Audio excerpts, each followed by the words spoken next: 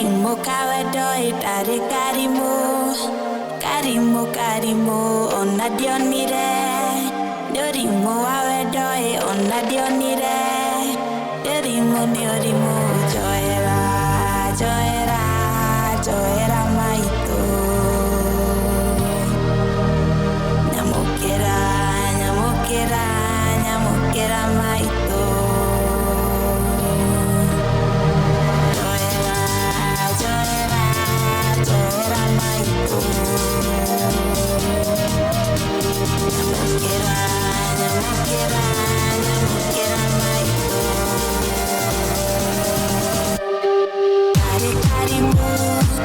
Karimo kawedoe tare karimo.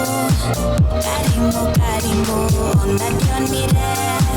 Dorimo awedoe onna dionire. Dorimo diorimo joera joera joera maito. Nyamukera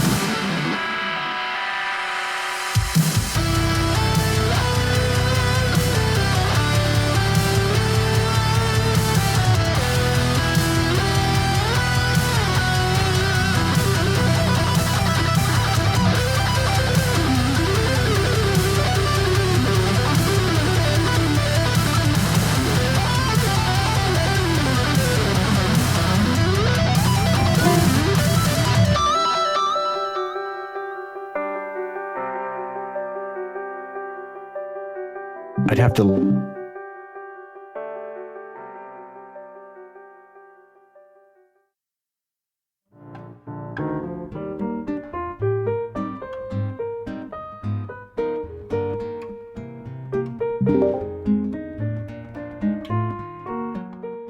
Hello there, everybody. Welcome to week 2 of season 2 for the Olympia Blunders Chess League.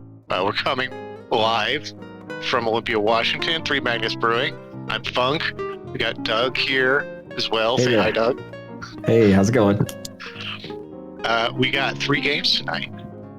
3 fantastic games of varying skill, along with commentary of varying skill. We're gonna have fun. Emotions will be felt. But yeah, I think we're gonna have a good time here. As always, yeah. First game up is going to be Kyle versus John. John returning from week 1. If you're tuning in again, Kyle first stream game this season, but he made the final of season 1. So Kyle is used to high levels of pressure. This is League 1. There's 4 leagues, 9-ish players per league. The League 1's the top qualifiers from our first opening round. And welcome everybody. Doug. Yeah. How We're kind of starting out. How have you been enjoying this season so far? It's been fantastic, and it's so fun to watch. You mentioned varying skills. It's so fun to watch. I know I played a disaster of a game yesterday, although it was competitive, and that's one of the things I like about how Smashly has kind of set this up and how we've filtered into the 4 different leagues. So you might see some wacky play in some matches. I think this first one you mentioned tonight is League 1, the beer league. We're going to see some quality plays, some sharp moves, and a really competitive game. It's a lot of fun. Agreed. Yeah, like I said, even no matter what your level, I think these games can be fun to watch. Sometimes you get these like really intense games. Sometimes you get a little bit of chaos chess, but especially in those lower leagues. I've been a chaos generator. Yeah. Either way, it's always entertaining, and it's so fun to watch. As sort of a newer chess player, it's fun to watch the really good players and see how slick the moves are. When I understand what they're setting up, it's also fun to watch, the middle and bottom league players, because I think, oh yeah, I would have done that, and that's why I shouldn't have. So there are lessons to learn all around. Indeed, and yeah, I think I commented on this last week. For season 1, less players. We have, I think right now we're sitting at 37. It's 36 or 37 right now for season 2. I think we had a 35. dozen. Or is it 35? Okay. And we had a dozen for season 1, so quite a big jump. But even in season 1, like I was saying last week, quite an improvement from all levels of players.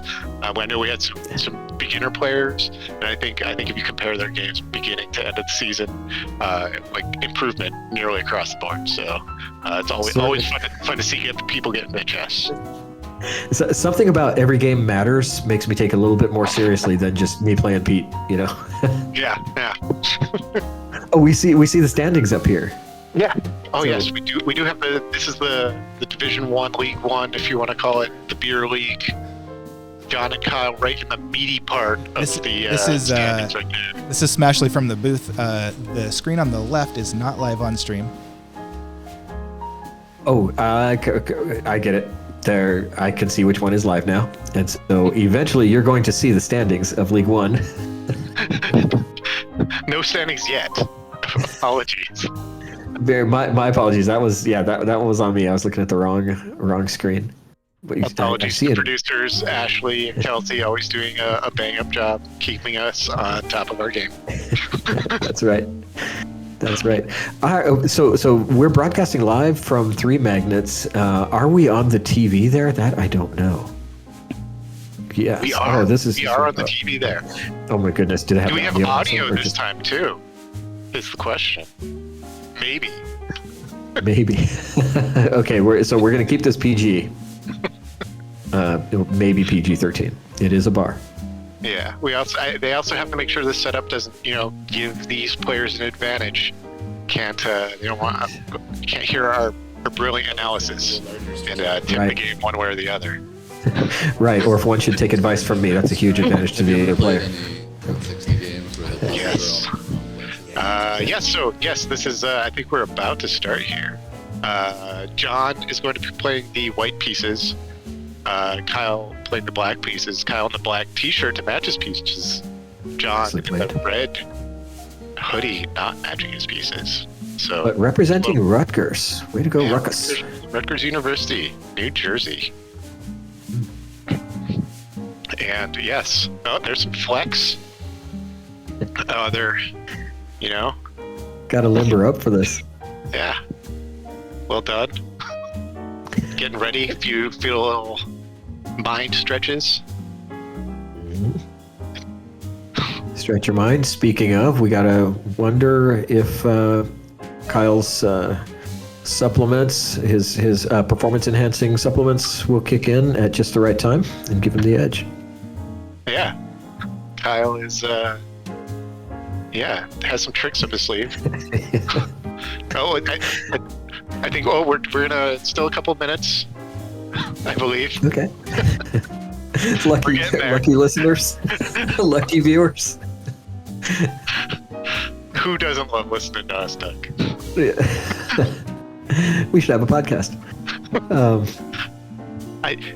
Do you have a podcast, plug the Doug, podcast, by any yeah. chance? It's I do. It's called "You Want Mora?" with a question mark. You want Mora? That sounds I- terrific. What do you talk about on your podcast? Events, current events, arts, but also include an update on this chess league that you're watching right here. Smash League usually comes in and gives a little bit of an update. Yeah, fantastic. It's almost like, the same producers and the community all shared in one. It's great. Good stuff.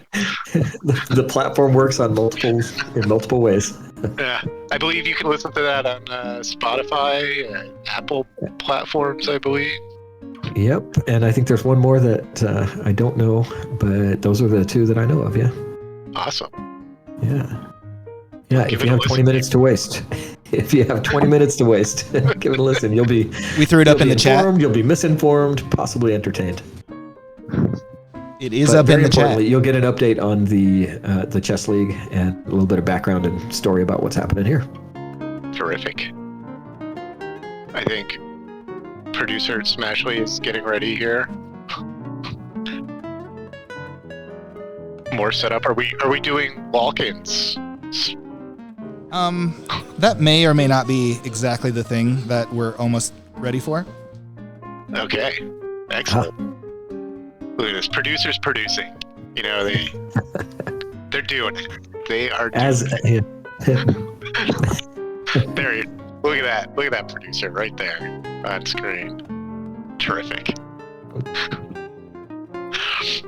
This is why we love him. He's such a good looking guy. He's just made for camera.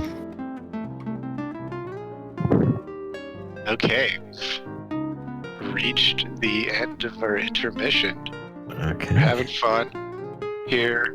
3 Players are matches loose. brewing. Yep. I think their brains are warm.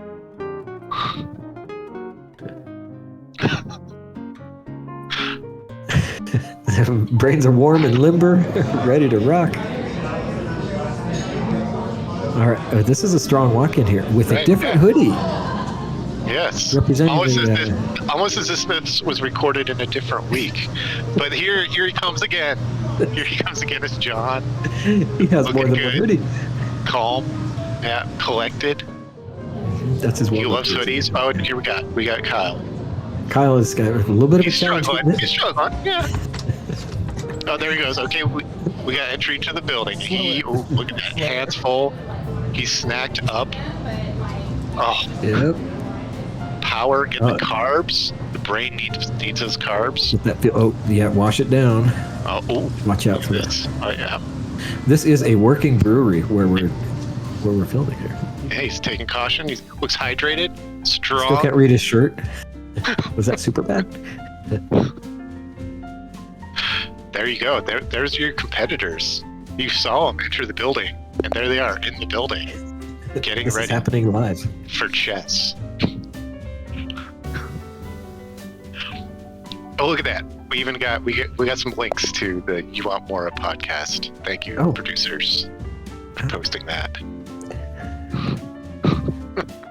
If you love the professionalism here, you're gonna You're gonna love the podcast. you're gonna love the pod. God, I'm a lawyer. I'm gonna stick to the rules on this. You know that I'm gonna take that win. Oh, look at It's this! just We for got fun. we got some banter. Guess if you want to. Some smack talk. Yeah, we got. Nope. What? Why are you Oh, blocking? here we go. We're getting started. It's like That's game's 2-0. getting up. It's just now. F and A. All right. We're playing on. Long Oh, day. no, we're gonna have to restart this one. We're playing on chess.com here. They have a live board, but they're making their moves on the chess.com app, so we can all see it. The official move is the move on the app. That is correct. If they make a move on the app, they have to play that in real life. So No, that was a challenge for one day. Right. You have to set the time to Hang on. 35 minutes. I did. Do you want me to set I think they did it one day. Honey, are you sure? What's the time limit for a live game, Funk? we're doing 30-minute games, although you'll see on the timer here 35 minutes. For these live games, we add 5 minutes, so just a little more time to input moves, a little leeway there. But we've had some games, go pretty far to the limit here, and here we go. They're quickly moving. Well, yeah. As a newbie, this is something that struck me as very interesting. The really good players know their first few moves and just rocket through them. Yeah, And then yeah, it Whatever slows you feel down. fancy. for sure. Yeah, John, I know probably plays consistent openings. He's probably used to most of the common stuff. Kyle, I don't think is gonna throw out any weird moves. At least Kyle's playing the perk. I think he was playing this for a while, trying to feel it out. I think he kind of was enjoying it in season 1, actually. Do we know what kind of opening this is just yet? Not a test. No, yeah. Kyle's playing the perk. John's just kind of playing a king pawn opening. I don't know if this one has a. Chess.com might have a fancy name for this. There's hundreds and hundreds of openings. So It's amazing how many they have names. yeah, just we're calling this the perk defense. It's kind of more based on how Kyle chose to respond here. Like holding it like a little goblin. It was more normal. Perk can be a little defensive. It kind of draws white in. It kind of almost dares white to, you gotta, come at me, or else, he'll just kind of slowly build and, eventually counterattack. So, it can be fun. But if you're too passive, you can easily get overwhelmed too. Does that explain kind of the early-ish castle move there? Yeah, that's all part of it. That Bishop Fianchetto, that kind of, I always think of it kind of as I know people call the rook's castle, but you're kind of building a castle around the king there. It's very hard to, get in there and attack without a lot of preparation. So, like I said, a little defensive. Blacks kind of sit back and, like I said, it's almost baiting a little bit, but it depends on the player a little bit too. But Like holding it in your hand. should see some like a development over little time here. Yeah. You can see Kyle pretty This is well how I hunkered played down. him. Fucked up and hunched over, like. So is he kind of at a pivot point here? Do I get more aggressive? Do I continue to fortify? What do you think? I think he's probably just going to continue. I think he really should just continue to develop his pieces. When it comes to your minor pieces, your knights and your bishops, you want to get those out into the, towards the middle of the board where they're more Into effective. the action? Yeah. But this is kind of, nothing too crazy going on right now. John kind of, he's positioning that, we got the two black bishops are both positioned, on that long diagonal too. That's interesting that I think if you kind of look at that from the bottom left to the top right there, Chess. there's gonna be a lot of pressure on the entire lengthwise diagonal forward with those two bishops. Go to a hardcore show in Seattle in March. They're just having a nice conversation between the two. This is such a friendly league. It's so nice to see. Yeah, lots of great people in this league. Schurler, self-care, 3 Magnets beer. Hey. 3 Magnets We got beer. Kyle advertising self-care, non-alcoholic beer. Full disclosure, I think a lot of us are shareholders in Self-Care non-alcoholic beer, the finest non-alcoholic beer on the market. There you And go. I'm saying that unbiased, with the disclosure. Yeah, I think we've met all SEC responsibilities with that. Okay, so here's the castle from John, and now Kyle's response.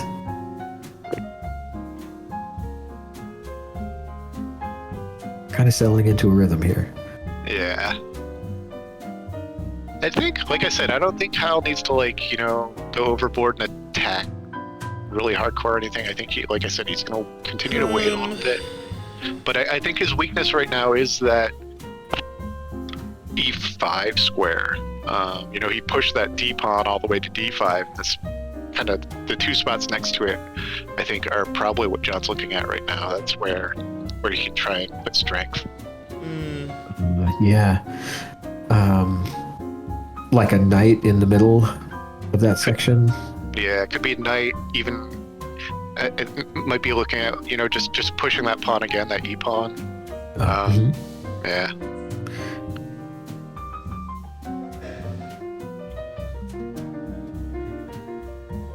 Deepen a lot of taking their time here. Yeah. Kyle Plenty trying of time. to figure out how to respond.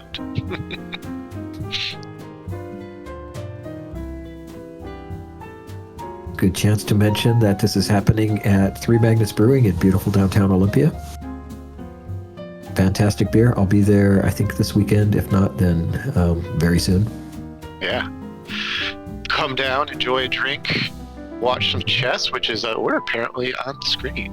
We're on the screen. At Three Magnets, yeah. I don't know if they can hear us, but they can watch us. Yeah, it was fantastic. I was there last week in Three Magnets, and they did have the chess game up, and people were watching.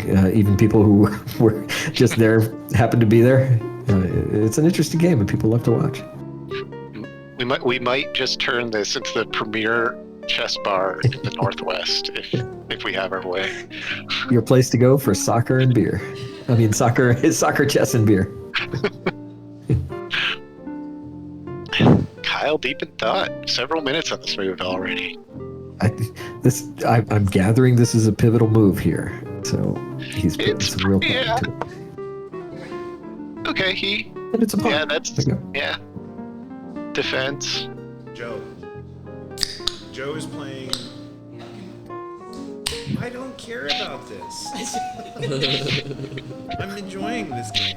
I have to fucking. So the E5 is still wide open though. Yeah, I think that presents an opportunity right now for John. I think that's kind of his best avenue. I think there's chances he could maneuver that queenside knight, in a couple moves, maybe over to C5 as well. And I think that takes a little longer to develop, but yeah, I'm thinking we're going to see him either something like that or move to E5. He might even actually just kind of prep and move the rook over too. The rook would be a lot more effective on that E file than it is, sitting right there next to the king. So get the queen out of the way and then start setting up something that way. Yeah, like I said, I think Kyle's gonna kind of invite an attack. I think it's kind of weird. You never want to be attacked, but I think Kyle's almost saying, "Hey, John, Very fast. how are you gonna attack me?" And he's gonna kind of respond based upon that. At least that's what it looks like so far. Nice. Well, I think if you're going to get attacked, get the attack you want. Yeah. Although with that pawn push, Kyle's white bishop, it really isn't doing much right now. It's going to take a few moves to get that bishop into the game, and he still hasn't developed that queenside knight. So You know, Kyle. which I think- is, Sick. Always wanted sorry, the bishop on G7. no. The one on C8 now only really only has can only move in front of the queen right now. I knew you would do that. Yeah, now to. You knew I would. Yep, Oh, there's that. okay, Okay. There's that pawn push. That one was- got it. Yep. It's not ideal. Yeah, the other bishop is just kind of For me it's or got you? one option or retreat. So, yeah, You can just this is assume a that if very something's hunkered not down good, situation here. probably. Oh, he's probably not going to move that bishop on the G file because it's a defensive Oh, bishop yeah, right now. but- Is that But not for me. Yeah, the G bishop's fine. It's just anytime your pieces just don't have anywhere to move, can be a little bit of a that's good for white if Kyle can't use a piece. See, that would lose my pawn though. But right so now John with that, did go up, man. Yeah, I'm sorry. yeah. Oh yeah, I think you're about to say that pawn push. I think Kyle's really only response is to move that knight. I think you just gotta Really, decide where to put it right now.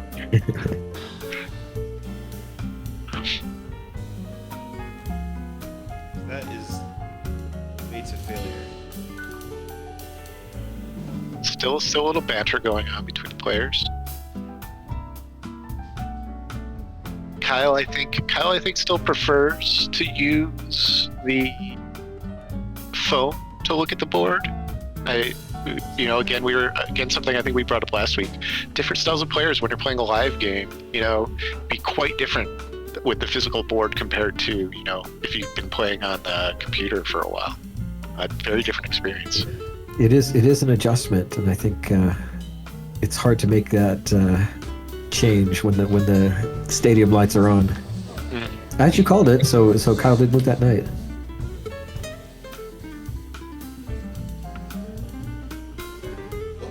It was an adjustment for. I mean, as I mentioned, I haven't been playing for that long, but years ago when I played, I only played on a board, and it was really hard to adjust to playing on the screen. But now I think it would be hard to go back. Yeah, I think it's mixed. I think, I played, across the board when I was younger for a long time, and I think, you just see things differently. I think there's some things you see better, across the physical board that, are harder to see across the, just the screen. But, each player kind of varies too. And even physical boards too, playing on a different set can be distracting if you're used to, your own personal That's set. right. Yeah. I'm lifting weights. I'm juiced up. So now Kyle's got his knight into a pretty aggressive position there. I think we're about to see some carnage soon.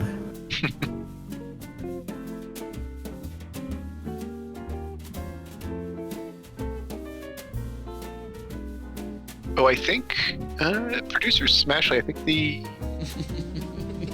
board on the feed might need to be refreshed. No, it's updated. I think we had a couple slow refresh moves. We're back up to the action now. Okay. This is speaking of. I'm looking at my own screen here, not at the feed screen. I'm about to. Yes.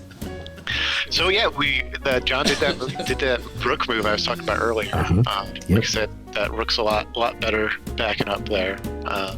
Kyle moving his knight up though, being a little aggressive, attacks that white bishop. I think Yeah, chill week, one game. John, I know I've played. He does value his bishops a little bit. I think it can be a tactic. I think if you get rid of his bishops, I think it makes him look more uncomfortable. So might see Kyle take here and take that white bishop in front of the queen. Can you take it? Yep, there he goes. Yep, there he goes. Oh, no. Style of play. The computer projection is still favoring John just a little bit. Yeah, just That a was a little. trade. That was a trade. Yeah, so if we got any newer watchers here, that black and white bar on the left side of the screen, that's the computer analysis of who it thinks is doing better. So if you see a bigger white bar, that means it thinks white has more of an advantage. Bigger black bar means black. This is the computer too, and to get those advantages, you sort of have to play the right moves. But it gives a good general assessment. But I think white's advantage is slight. I wouldn't say it's that advantage that we have right now is it's not. Black's definitely in this game. Not a big concern at this stage. Yeah, the pieces they trade are pretty much equal value. But as you mentioned, if John favors using his bishop, he's short one now. Hmm. I mean, it's in his name. Bishop is his. Clearly, he must like them, right? He must like bishops.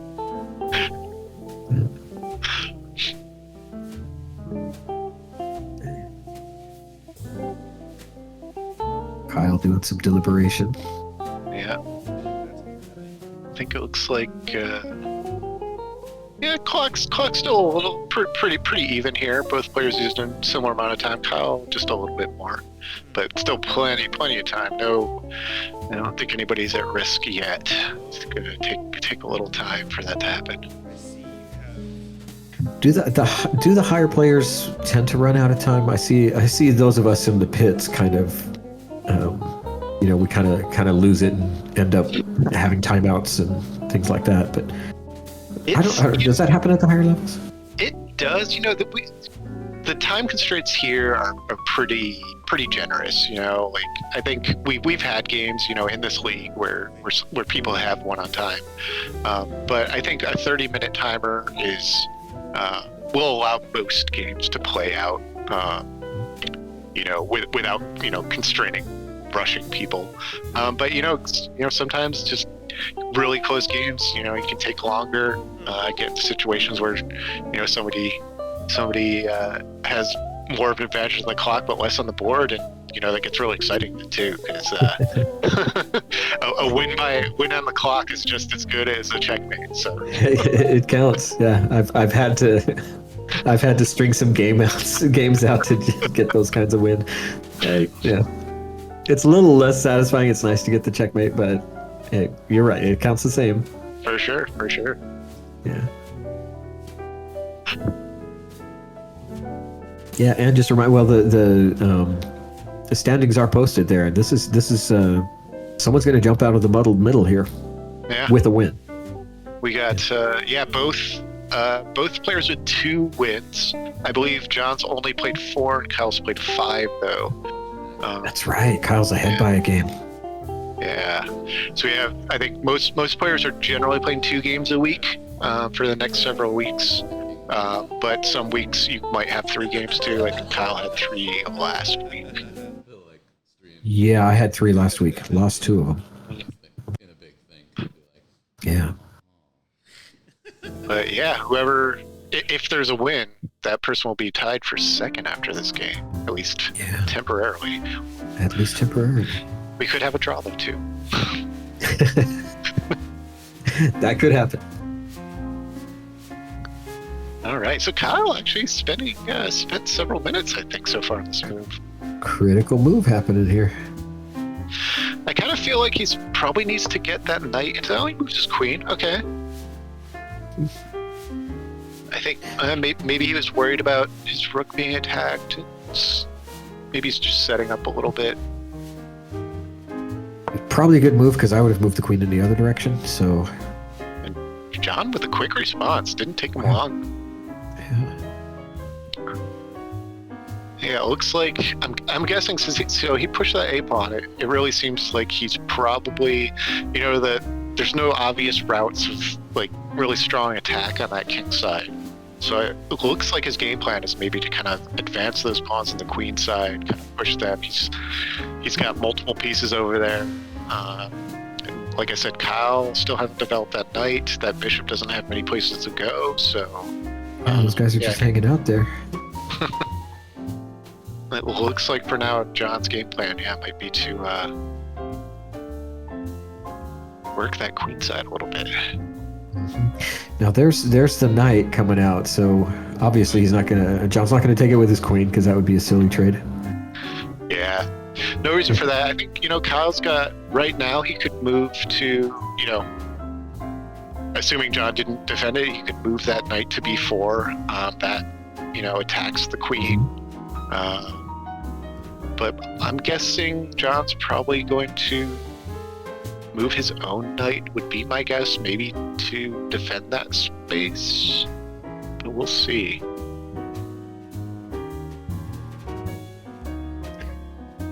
Yes, Kyle's knight on, what is that, D4? Sorry, this is really small.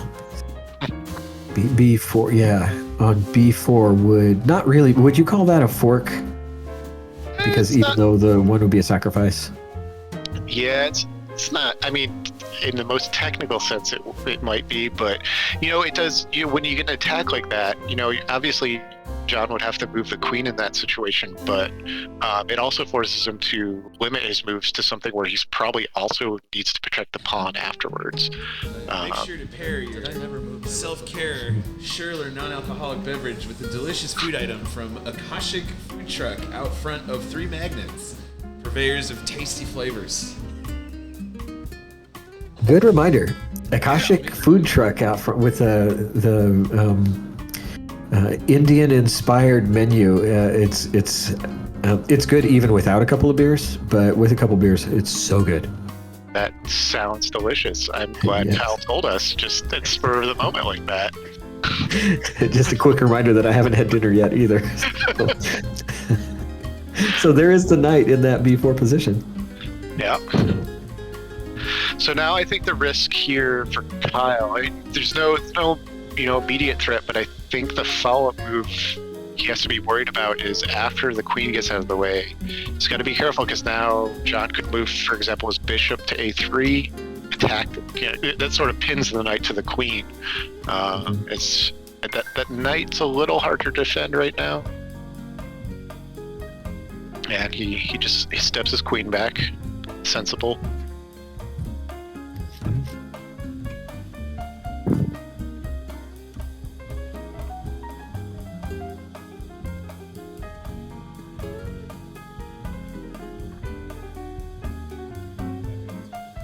This is I kind of like this overall position. This is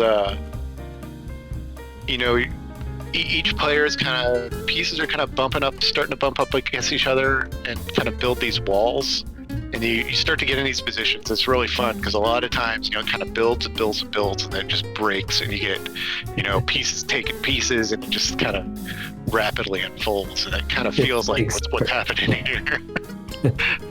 Yeah, I mean that's a formidable pawn structure that Kyle's set up. It's got there's probably a name for it, but that sort of V shape. Yeah, well, when you get like those diagonal chains, those would be they're called pawn chains. So, yeah, that's bishops are handy for those because you can slip through them. Yeah, but like on the other hand, like I said, bishops can be blocked by him too. And right now, Kyle's white bishop is not doing anything because it's trapped behind all those pawns. Yep.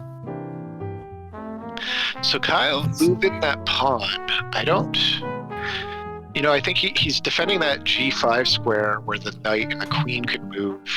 A little passive, I'd say. I don't think there was a big threat from that. And yeah, like I said, this is what I was talking about previously when John had moved that rook over, is that this is what he had to look out for with that bishop. That knight is pinned to the queen now. And the queen itself is in line with the rook too, so it's kind of, the bishop's more or less attacking 3 pieces right now. Let's see, definitely attacking that knight. And, I see. Yes, if he moves that knight, his queen is toast. So Kyle has to do something like push that A pawn to A5 just to defend the knight. That boxes his queen even more. Yeah, because it's Kyle can't really move the queen because it's defending the knight. And he, the only other real defense of the knight he can do right now is that A pawn. He could try something like push a B pawn and then the C pawn to try and defend it, but that takes a couple moves. I think, as it is, he's going to need to defend it somehow, and I don't really see any other way at the moment. Assuming he moves that pawn forward, I'm trying to think of what John's response would be. But maybe one move at a time. Yeah. Because that seems likely. Yeah, I don't think he trade. I think he likes having that because the knight's defended, but it's still immobilized. If the queen is behind it. So I think John's response. Yep. So there's the a pawn push. Uh-huh. And I'm guessing John's response is maybe one of his knights. He's going to try and maneuver into a different position. Maybe something like the knight on the c3 square for the e2 in preparation to kind of move it to the queen side. That also opens a little more pressure up on that knight because then the queen is actually an attacker too. So I feel like we might see something like that from John. Probably that, yeah. Knight e2, knight d1 seem like pretty decent moves in this position. All of a sudden, it seems like Kyle's pieces are starting to penetrate deeper into the white side's territory here. Yeah, a little bit. Like I said, I think now both players pushing pawns on this queen side, and it's really opened up as the focus of kind of both players' attack. So that's where all the tension is. But sometimes you have to be careful because you can kind of lose focus. And if John, for example, swings his point of attack to the king side, it might be a little unexpected. So yeah, John's got options. We'll see kind of how he decides to play it. Like I said, I think moving that c3 knight is probably the first move of what he's going to do. Yep, there you go. Yep, E2. there you go. Yep. Yep. And now, Computer is still calling him with the edge a little bit. So now, if he could take the John could try and take the knight on this next move. That kind of opens up that a pawn to keep getting pushed. But also, like I said, that knight move kind of swings it too to the king side. So we might see kind of both of his knights over on that side of the board start to attack. Could be kind of double pronged, but we'll see how he moves. Yeah. Kyle's definitely got to be careful, that's for sure. It's a little bit like the beautiful game, soccer. All of a sudden, everything's swinging over to the other side. I'm just getting ready for soccer season because it's just a couple weeks away. Yeah, no, that's a good analogy because, there's counterattacks in chess just like in soccer. The tempo can swing very quickly. And, if you're not really focused, gotta be careful. If you see an opening on the right side, you're going to send your midfielders down and start making the attack on that side. So there goes Kyle with a pawn move. Yeah, pawn move.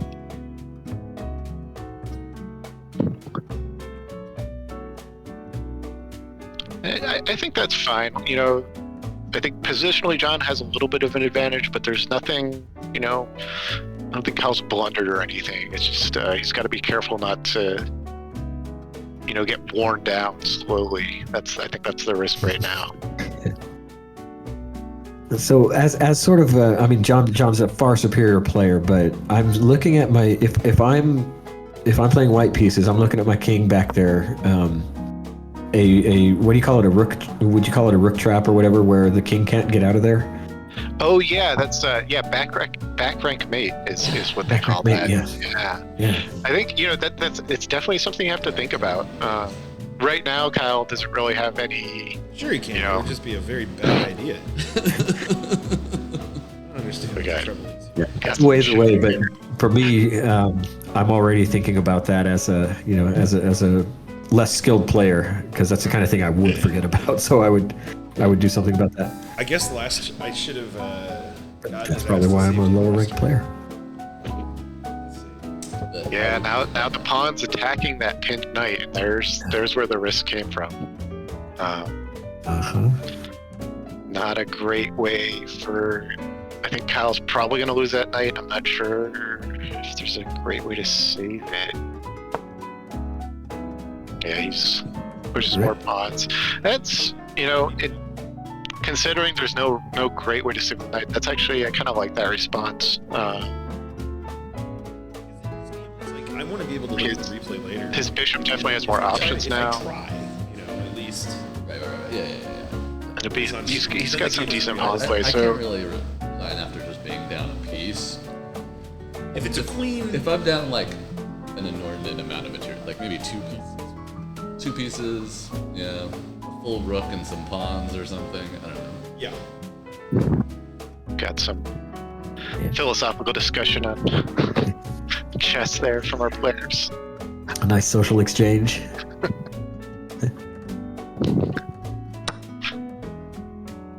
Yep, there's the pawn takes. Horse down. We got a horse. That's the stable is empty. Yep. So now Kyle makes his. Oh, he takes with the c pawn. That's okay. Yeah, I think that works. It's a little freezes things up a little bit. This kind of what we were talking about with Kyle's white bishop before. Now John's black bishop is going to have a little bit more limited options.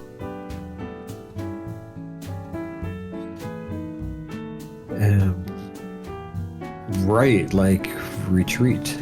Yeah.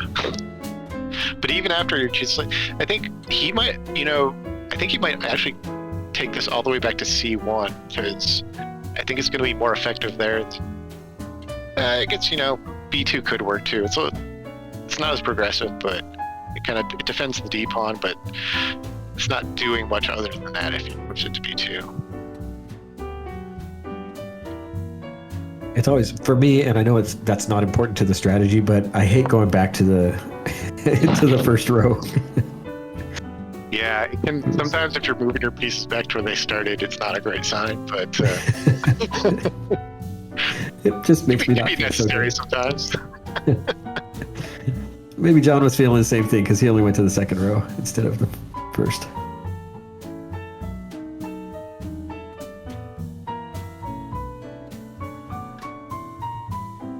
And this is just a reminder to us beginner players too. Pawns are important. You got to protect them because they're gonna come and save you. Yeah, some of the top level games, having like a single pawn advantage can be the entire difference. So See John cracking a beer. yeah, Might be a self-care also. could be by 3 Magnus Brewing. Our hosts, our lovely hosts in Olympia, Wonderful Washington.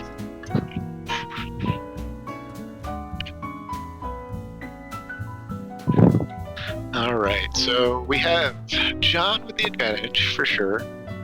Kyle, not out of it, but he's got to be careful now. I think he's Get the king in motion early. Well, maybe not early actually. He's 17 minutes in or 18 minutes in. Yeah, it kind of looks like he's worried about, like I said, John's starting to move the focus of attack over there. Maybe using the king as a defender for that pawn a little bit. Jesus. Lock it up. Lock it up. Sorry, we're being yelled at for talking during the game. I can hear you. Respect the talent. We got some producer criticism here. It's interesting. A little bit of diva action from the players.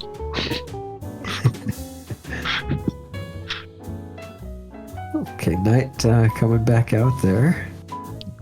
Yep. So yeah, that shift of attack continues now. Getting ready to ride into battle. Yeah. I always think of them as little characters, like those 2 knights right there. They're talking to each other. It's like, okay, I'm gonna do this. You go up 2, I'm gonna go over 1. Yeah, they're hanging out. They're chumps. They're sharing a little bit of hay. All right, quick. Oh wow, quick Whoa. moves back and forth. We got John pushing that H pawn. Kyle moves that bishop. This looks like what his original plan was. He moves this bishop up, and now it's attacking that queen. Queen is under threat here. Now we'll see if John, decides to move his knight in between. Maybe get a check, offer a trade. Maybe just. I think he's probably just gonna move the queen out. Yeah, maybe just move the queen out. There you go. Yeah, now that pins a pawn. I don't know if that matters, but It could. It does. Yeah, that's actually a risk. That knight now can just take that H pawn and that is a good find. That's just like a free pawn right now if Kyle's not careful. Every now and then. Every now and then I'll see something. I think the other thing I think John might be considering now too is, like we were talking about earlier, that bishop c1 move, its original square, attack right back at that bishop. I think that's one way for kind of John to force himself into the attack there. And there's Or start cracking through that defense. Mhm. Speaking of cracking, not a great season. No, but it's fun to watch him. Yeah. Have you gone to some live games this year? I haven't gone this season yet. Probably will at some point. I'm guessing, maybe some of these last few games might be a little cheaper on the secondary market. So. discount tickets coming. Yeah. But it is, with the new arena, it's very fun to go to these games. And there's that Bishop C1. It's just a friendly game. You don't have to be so aggressive. It's like Jesus knocking over tables. Fucking mean, bro. Now the banter is raised a level. They're still smiling, so it's not. It's still positive. That's nice. Oh, Wow! Is this a queen sack? He didn't see it. John The didn't queen see it. is dead, Oh my boys. gosh. It's so lonely on a limb. Oh my This goodness. is why we watch these games. Oh my goodness. Queen He down. Did Queen not see down. that at all. Downtown. From downtown. I moved too Oh. fast. Not- Oh man, John, the you can tide immediately turns. see the look on his face. Oh. Just overlooked that file was open. Honestly, That rook I was so attacking the stunned queen. because it was like Wow, regicide. That Because the way that it was set up rough. was that He was so the- fixated on that beautiful setup to take the other if bishop, you had but moved your queen, yeah. your rook would have been in the back line. I think so. John can still respond by, I think Bishop takes rook here, eliminating one of the rooks. I think that's still, to his advantage to do it. And it's not as clear cut as you'd think. Even without his queen, I think John can still play reasonably effectively. But this is, I would never this is count him great. out, I but- love this. Yeah. Computer says the advantage has swung heavily towards Kyle. Yeah, for sure.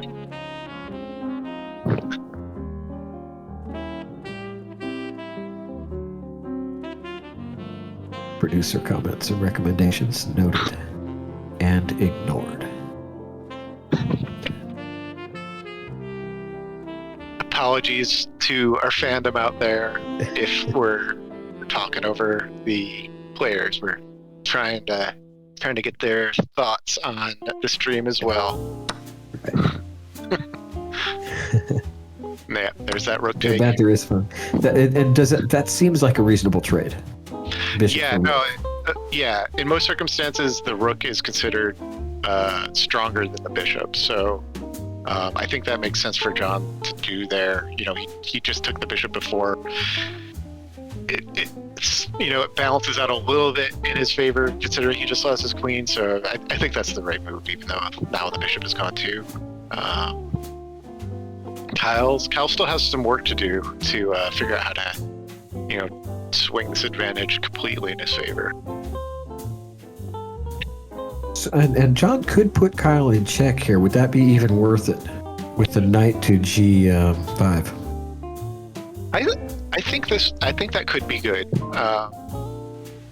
If once the knight's there, that's kind of a good outpost for that knight.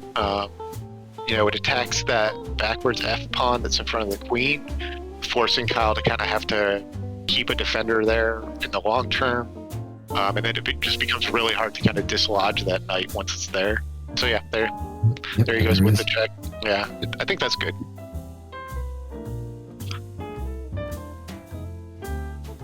And here's the answer. So,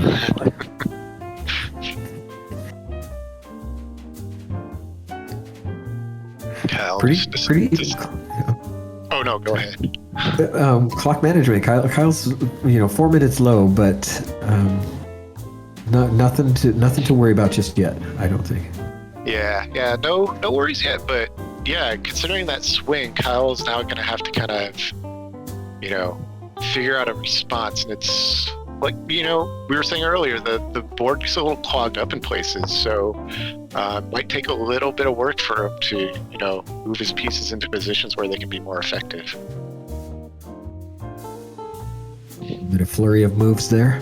Yep. Quick move from John, defending his pawn there. I think maybe he was worried about Kyle attack, focusing attack there.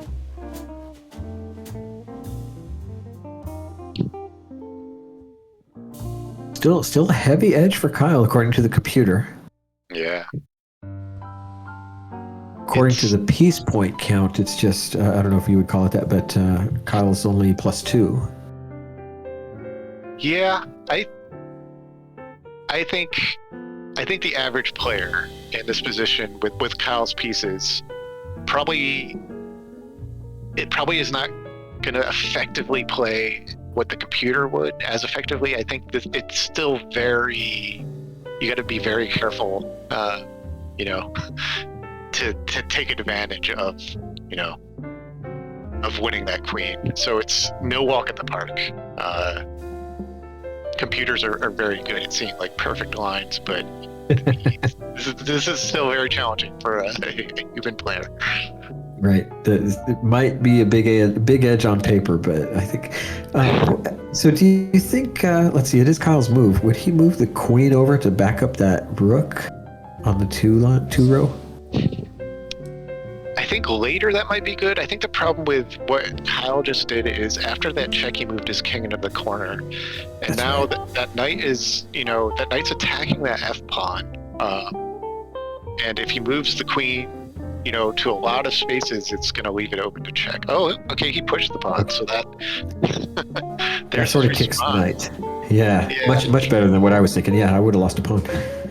It does open, that starts to open up Kyle's position a little more, so he's got to be careful, like I said. But at the same time, I guess he doesn't have to worry about the f7 square being attacked.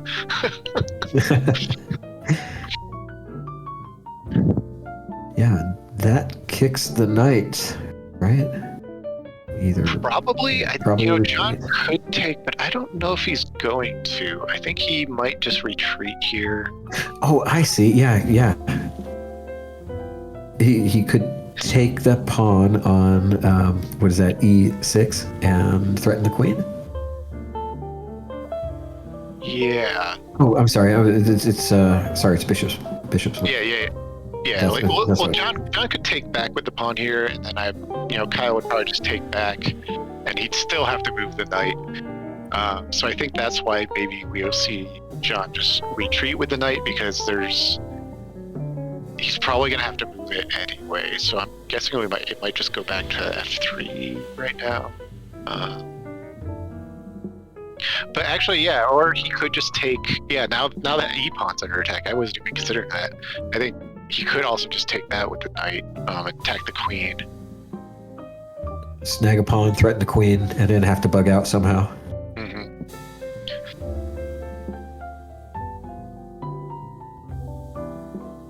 John's got plenty of time, though. He's got 4 minutes to before he's even with Kyle. So. Yeah, I think he's probably. I'm guessing he's probably looking at taking that pawn and just checking to see if there's, an avenue of retreat afterwards if he gets attacked back.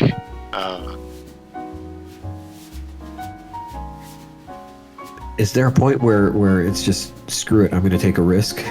I mean, for me, I'm like, okay, I'm down a queen. I'm just going to throw a flyer out there and see what happens. I think John's pretty patient. I don't think he's gonna do anything completely crazy, but also, we are getting to the point where the clocks are a little lower, so he might try and play a little faster just to pressure Kyle. Try and work that psychological component. Like I said, because Kyle has the advantage, but it's not clear cut. So yep. There it is. There's the pawn take. Yeah.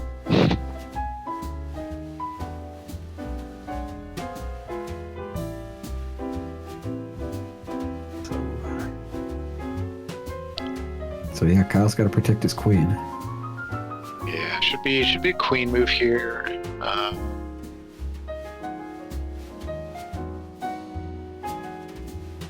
Yeah, probably E7 or F7, I'm guessing.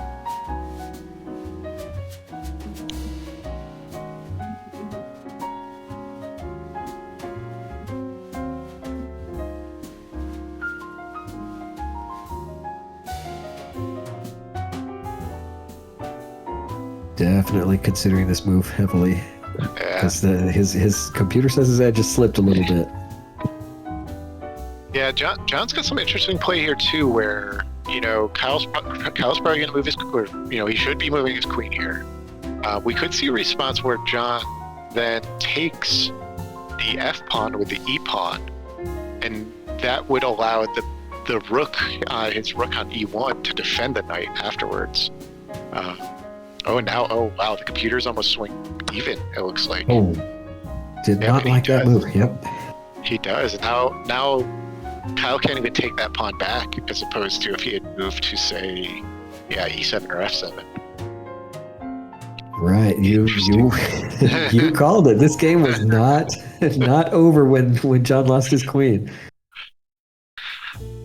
Very interesting. So yeah, now the computer's saying this is almost a draw in this position, but I don't think it's gonna stay that way for long. Anybody's game. Yeah. So do you think momentum has shifted a little bit to John? A little bit, yeah. Kyle's got to worry about that pawn now. It's just two moves away from. Oh wow, the huge shift. Oh, the computer did not like that move. No, it didn't. I don't see anything right off the bat that's just a killer move, but Yeah. Well, that pawn on D6 was just kind of, or D5 rather. Kyle's pawn on D5 was just kind of blocking that bishop from being able to get down the board. So I can kind of see why he did that. I'm guessing what the computer wants to do. Oh, he moves his knight back. Okay, yeah, that's good. Now he can continue to push that pawn. I think Kyle almost has to. Yeah, this is rough now. There's almost nothing that can stop that pawn from being pushed to F7. And then once it's there, it's defended. He's gonna have to probably move his queen behind it, and then at that point, John can just move his rook. This is a huge advantage for White. It's gonna be really hard to defend. He might almost have to do something like move that rook that's been on C2 for a while now. I think he has to pull that all the way back to C7, and he might actually just have to take that pawn with the rook if John pushes it, and almost sacrifice it. But I don't think this queen move works to do that. No, I think John's still going to push here. yeah, I mean, if he pushes that pawn, there's really nothing Kyle can do. If he doesn't, Kyle takes the pawn and then, starts to mess things up a little bit. But Yeah. yep, There we go. And now you have rook e8 just waiting to be played. And that is very bad news for Kyle. You're making this hard.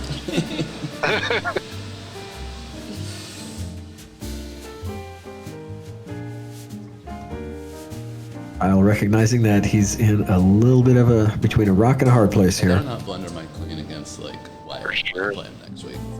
It's not going to work out well for me.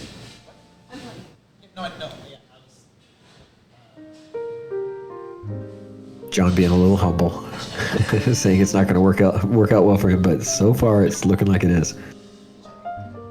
Yeah, I'm not even at this point. I'm not quite sure what. What about Kyle can queen really to D6? I think that really just delays the inevitable. Queen, at that point, John just moves the rook to check, and he still can't prevent that pawn push. And at that point, it might even just be straight out mate positions after I wonder that. what the engine would have wanted when you made your horse move. So, What I was supposed to Yeah, do. Kyle trying to defend that e8 square against that rook. Don't know. That whole sequence where I had pushed this pawn, F, whatever, 6. Yeah. I'm curious, because, like, the idea I think was good, but I biffed the order. Realized on it with some fuckery, horse fuckery of the highest order. Let's see.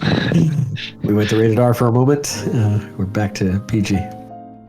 Yeah, I think Kyle doing a John. little bit of. Oh yeah, no. Players, Kyle, not feeling great. I think maybe John kind of moves his rook not to e8 now, but advances the rook on e1 and then doubles the rooks on the e file, maybe in preparation for a stronger attack. Double rooks are major trouble. Rooks supporting each other are extremely powerful.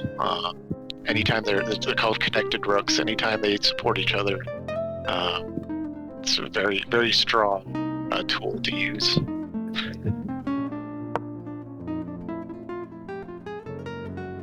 There's a little bit of a advancing the rook. I think I'm not even sure. I think Kyle might have to pull his rook back to c8 now to continue to defend.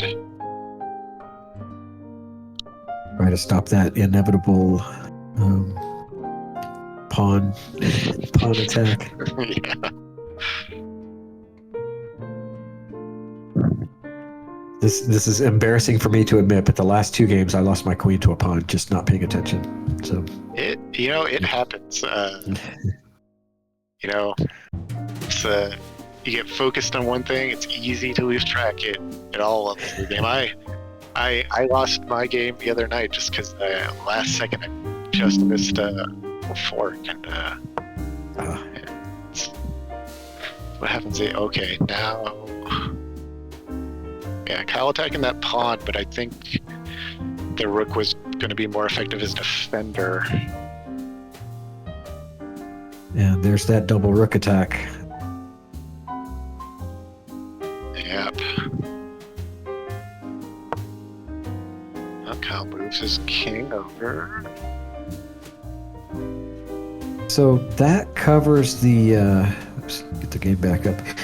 That covers his queen, so he can't just send his rook down to take care of business now. John can't take his rook down to take care of business. He might still do it. I think it still might be to White's advantage at this point to just move that rook to e8. It attacks the queen, so even if he takes back with the bishop now, he just takes back with the other rook. And, the queen can't take the pawn. If the queen takes the rook, he just takes back and gets his own queen. It's still, I think, still worth it for White, probably just to move that rook down there. Let's see if John's going to send it. He's thinking about it. Oh, making Kyle's move on the board for him. Looks like Kyle forgot the physical move on the board, but I think we're all synced up now. Great.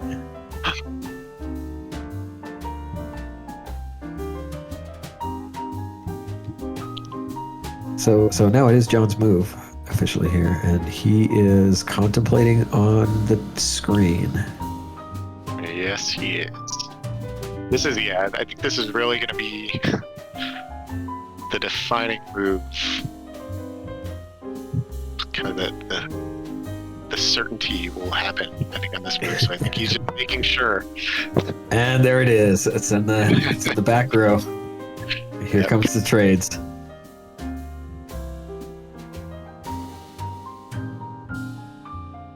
So John will take the bishop with his pawn. Looks like it. Oh, you have to make the move on the... Oh yeah, sorry. Yep, there it is. Sure. Oh, wait. Oh my gosh. Oh no. There was. Two. Oh, I did not even see that. There was a mate threat. Oh, If I'm not mistaken, I think... I think Kyle might have just won this game. Are you fucking kidding me? oh my boy. god. You're right. Just like playing me before, you were like, oh, I messed it up. I thought I did. You let me do the thing though. You let me. The problem was that I when you needed to moved your pawn, under promote to a knight is what I needed to happen. that would have been one way out. Or if you had used your rook to take instead, and just because the second that pawn was gone, that connecting these two was my goal the whole time. If I under promoted to a knight, They're telling us to wrap it up. let us talk. I have like The game is over, dude. It's a motherfucking chess.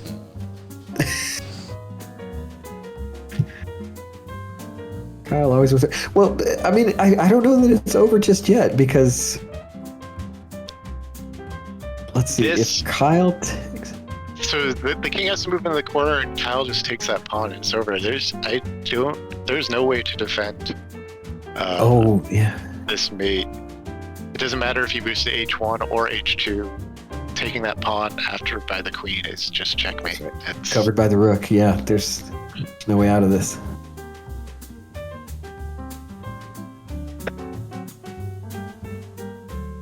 We're gonna get Right. John. to give it Yeah, back. I think if I just under promote to a knight right there. I think it delays the inevitable. It doesn't because you can't hit check right there, like you True. know. So, and you can't take you're not gonna take the knight with your queen, right? So then I have 3 knights and a rook versus queen and Yeah, rook. the under right? promotion would have been game over Yeah. for sure. Not game over, but like definitely not mate in 1 like Right. this is, right? Yeah. But I just got too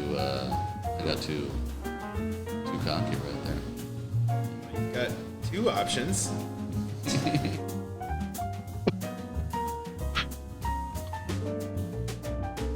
Nice nice banter from the players there. It's doing some in-game analysis. it's always fun to do the what if. Yeah. If only- You know, it looks like John is drinking a Schürler's Lager, which is a fantastic beer. Very quaffable, delicious light beer. And if you like to drink beers, plural, that's a good choice. Because it's of low choices. alcohol. And, A lot yeah, of choices not very- here in 3 Mega Spring. Oh, and is that Is that an Oktoberfest? They did have an Oktoberfest last week when I was in town. There's the Schürler. Is that the Schürler self? the Schürler self-care? Yep, there you go. Nice. Thank you, producer Smashley. But I think I recognize that red label as the Schürler not self-care. The Schürler self-loathing. We have all sorts of Schürlers. There we go. There it is. He's not Wow. not even gonna move it. It's over. I think he knows. What Was a game. heck of a That game. was terrific. What a banger. I think we're going to get a little bit of post-game interview and questions. I believe we are. We got producer Kelsey setting things up. Getting all ready. Looks like we have John going first. Hi, John. Hi. How are you feeling? Terrible. I feel terrible. That was I am terrible, sorry. terrible chess by my standards. Like I just can't do stuff like that in a 35-minute game. Like I had plenty of time to look at the board. I was like 6 minutes ahead of Kyle. Like none of that nonsense should happen. None of it. Yeah. I am sorry, but from the commentating booth and for all the viewers, I think thank you for providing us. Yes, it was very. I'm glad it was very. very fun. Funk, don't expect that nonsense when I play you. That's not going to happen again. Yeah, all right. I don't expect it to, but that's how chess goes sometimes. Right. Kyle can draw you in. He really, he really makes you think you have an avenue attack. He's got that counterattack waiting. I mean, I think he really did. The camera's over here. Right. I'm talking to the wrong thing. I think he really did a little gamesmanship in there. Like, he takes his edible. He acts like, I'm never gonna beat you. Whatever. you know, and he makes these moves, and But I think I liked the positions that we were in much better than that game I played, like the game I played with Austin the other day. Like it was just chaos chess, and then Felipe got me into kind of a chaos chess position. This was just a normal position, and I should have seen. I should have just seen all those things. Yeah. We got Doug with us here today. Doug, what Hey, do you Doug. think? Do you have any questions for John? Yeah, hey John. I gotta say I admired how you stayed and fought though, even losing the queen. You gave it, you made it a battle, and you had the edge for a moment there, according to the computer. Yeah. It was an I knew admirable that fight. after a little bit, I was able to sort of equalize a little bit, and that I felt fine about that. I even thought about under promoting to a knight on that move just to have check, but I didn't stop to just look if he had like a capture with check to mess up my queen promotion there. So I really just needed to stop and look, and then I would have under promoted to the knight, and it would have been fine. He wouldn't have taken the knight. He would have just moved his king. Of the two moves that I can think of, which one would you take back? I mean, you battled without the queen. I would have rolled over. But there's that No, one, and it then was there's- it was the last one. Yeah, I would have under promoted to the knight instead of a queen, and then that would have come with check, and I would have just had 3 knights and a rook against the queen and the rook, which is fine. Yeah. Yes. Well, Great game. That was fun to yeah. watch. good game. Hopefully we'll see some more games live, and All right. yeah, Yeah. Cheers. get them next time. Yeah, I'll see you IRL pretty soon too, probably. All right. Cheers. Yeah. All right, now we got Kyle here, Hi. the victor. Kyle, just a roller coaster of emotions, I imagine. How are you doing? I'm pretty baked. That was a fucking wild game. And I think like I was looking at the review. I was like, at the beginning, I was like, oh yeah, this was like really good. Computer hated us. So with the banter there's some speculation that there was, how much of that was you trying to kind of draw him in, set him up? Do you think that made the difference? No, I mean, I'm just bumping around, like making my stupid little moves in the stupid little board. Like when I said like, oh fuck, I beefed it. Like I genuinely thought I had, because what I had expected, which didn't happen, was the under promotion to a knight, which creates a check, and then I'm mostly fucked because then he's got like the rook pressure coming down. Like my whole plan the whole time was like my only out is if I connect my knight and my rook, and I just got lucky that the order of operations was such that I was able to do that. Yeah, well, Tell me about how you. Sorry, one question. Tell me about how you felt when you saw his unprotected queen. I thought it was a trick. I was like, is this like the Queen's Gambit? Like the actual? Like you leave your queen hanging?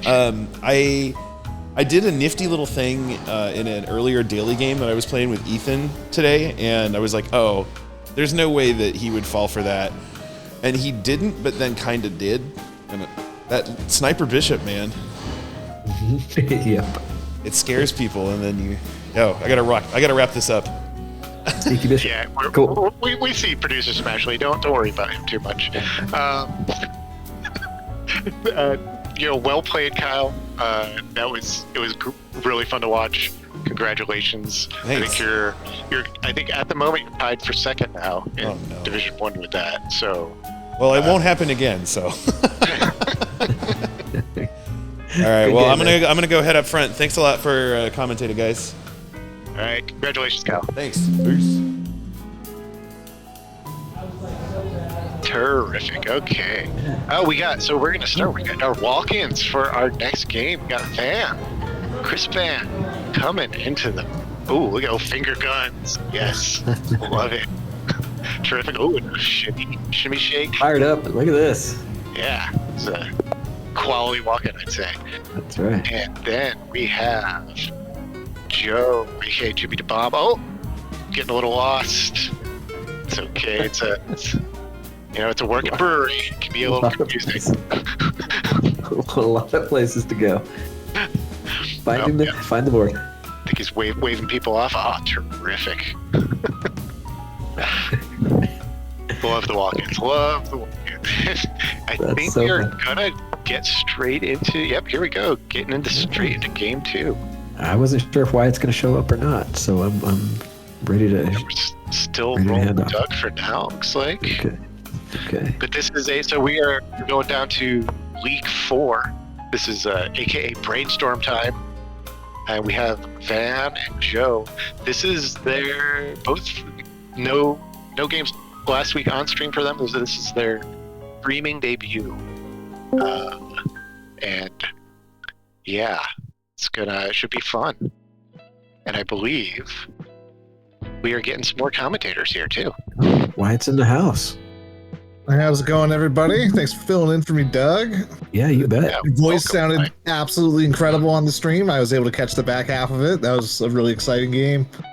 Yeah, I believe Doug's voice sounds probably a lot better than mine, and that is why Doug has the podcast. You want Mora? Check the chat for the link if you want to listen to more Doug. Thank you, Doug. If you have 20 minutes of time to waste. You know who else has a podcast, and actually a really good one, is Van, who we're watching here play right now. That is true. Yes, Van also has a podcast. Van, soccer community, I believe, right? Yeah. Yeah. I'm looking up the name right now. It's the While we were playing chess, something about the I ice have to cooler say that, bench. I But do I'm a gonna. Yeah, I podcast think of my own. we're with gonna- my friend Coop, and we talk about the Seattle Reign, which is the best women's soccer team in the United States. And we have a new episode out today, so you can find us on wherever you listen to your podcasts at the Cooler Guild. We are part of the Sounder at Heart Podcast Network. Get it? What's it called again? The Cooler There you go. Guild. It's the Cooler Guild.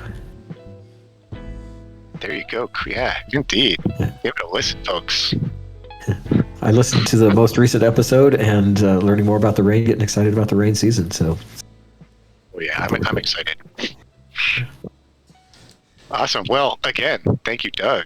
Love having you on the commentary. yeah, you bet. I'm going to sign off and crack open my beer and have a little bit of dinner and watch this next match.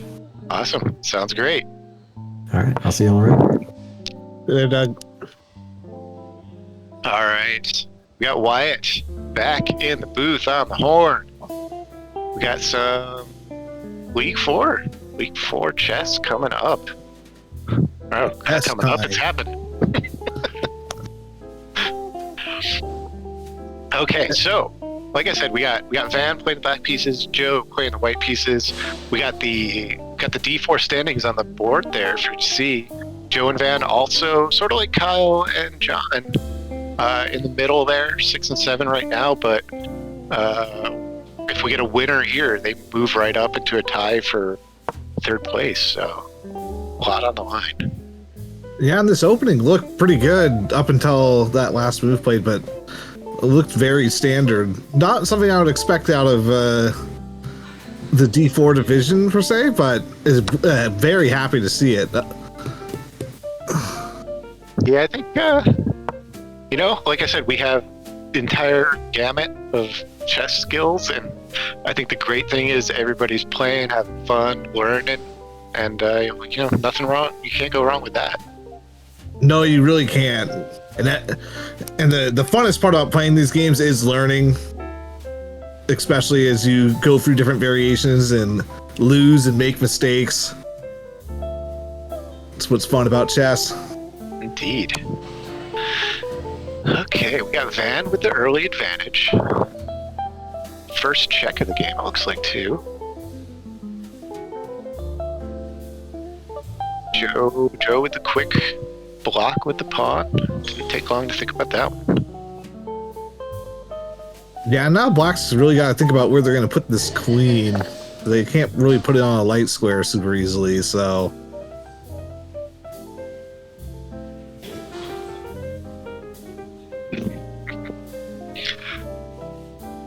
Alright, Van seems to like the physical board play there. I think we had Kyle and John, I think, a little bit more of screen players, but both these, Van and Joe, both seem to be liking this physical board.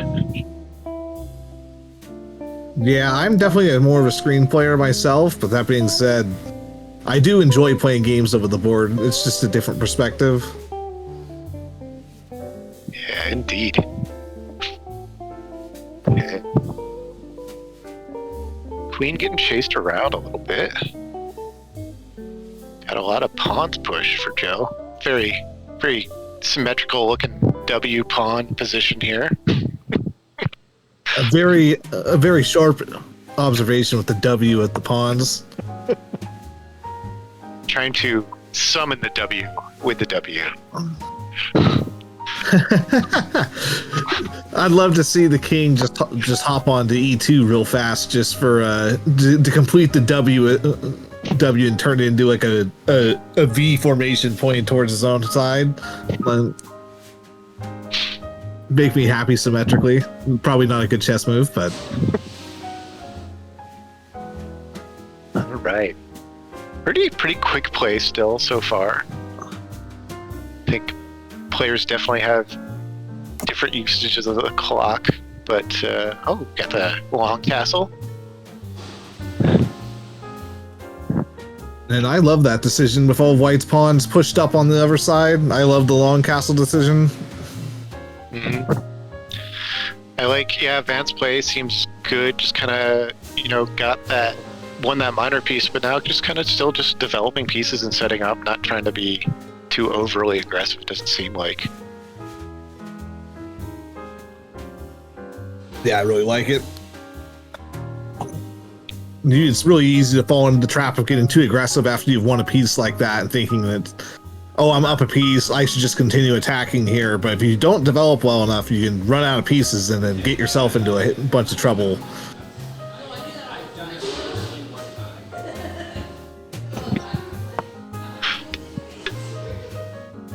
Couldn't quite make out what they were saying there, but a little banter. That's not quite as much as so far talk across the board as I think we saw in John versus Kyle. And I think last week we had the ultimate battle of Shane and Elliot, the child. Probably our best trash talkers in the entire league, from the sound of it. Yeah, that was a fun trash talk battle that we had last week. I hope we get that match in person again, because I would love to rewatch a round 2 of that. Yeah, I think Elliot's got to get revenge on Shane for sure. That would be great to watch the second match in that series.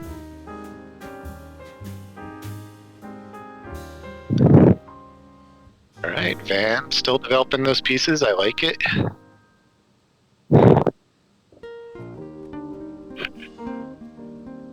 And if you're White here, you maybe just think about trying to develop that bishop and then getting yourself castled. It's probably what I think is probably best at this point, but that knight moving to the black knight moving on to E4 looks very dangerous eventually. Yeah, I agree. It's gotta be careful. I think it's interesting too. White almost went from controlling almost all those white squares on that king side to now it's almost a weakness.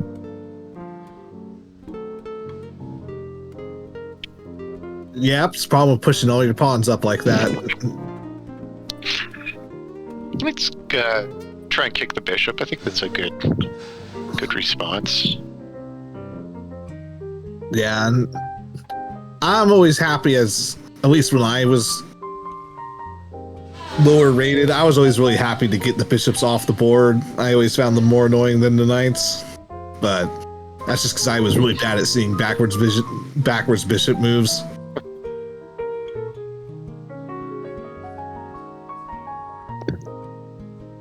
All right.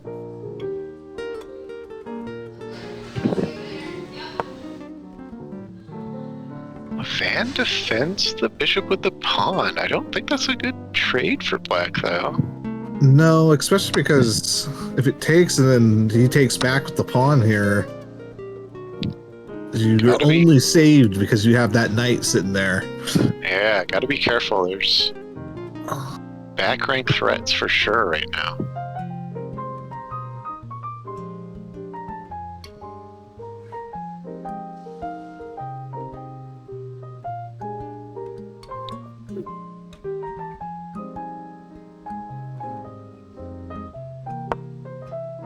Uh-oh. That knight moves in the way, but nothing is defending it. Let's see if Joe wants to take it. Opts to attack the pawn instead.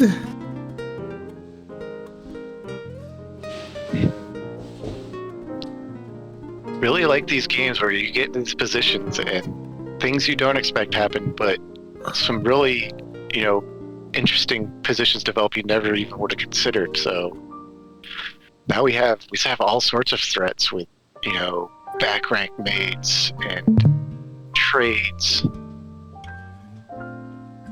A lot to think about here. Yeah, I'm not even sure. I guess for black here, you move the pawn up to defend the knight? Probably? Probably the best. Yeah, I think it's the best way right now. I mean, I think you could just retreat the knight back to c6. I don't think that's great, but at least it kind of defends a little more. Defends that a7 square from that knight check too. Yeah, that's a really interesting position. Like you said, instead we get pawn to Pawn e5. push, yeah. A quick take of the knight. Almost no time taken to use a response there. And now that back rank mate threat is on the board again.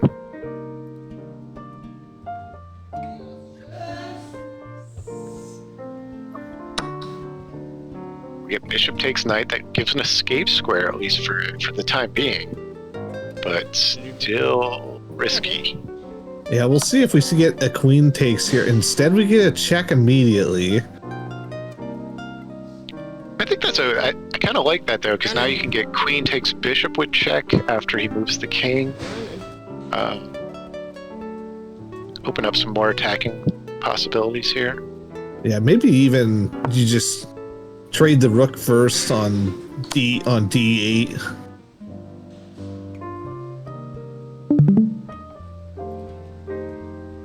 Joe, seems like he knows what he wants to do. Quick take of that bishop as well.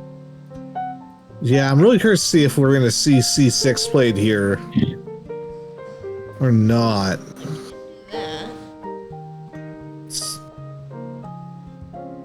It looks good, but unfortunately it's not because you open your pawn up on b7 to be taken. Yeah, with check. Yeah.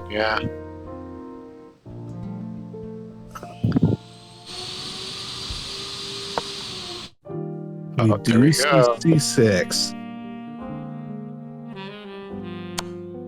Things looking a little rough for Van right now. But anything can happen in these games, so, almost wouldn't bet on anything right now. Yeah, I almost think that you have to play e6 here, but it comes with another check. Things don't look super bright. I guess maybe you go. Maybe you go e8. Yeah, it's either e6 or e8, but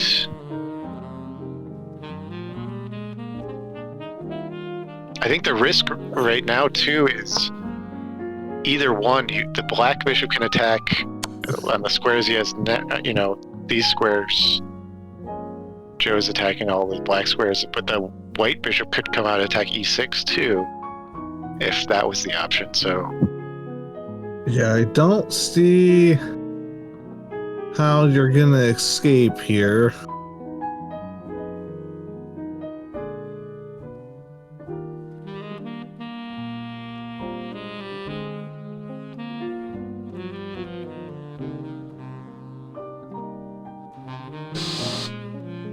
Only two possibilities right now: pawn push or e6. Chooses e6.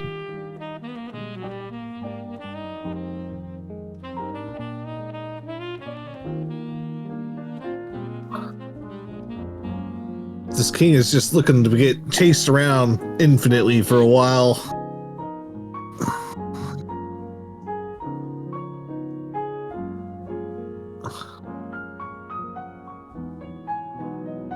Now the question is for white, do you check on e7 or do you check on c6? Yeah, that's. I go c6.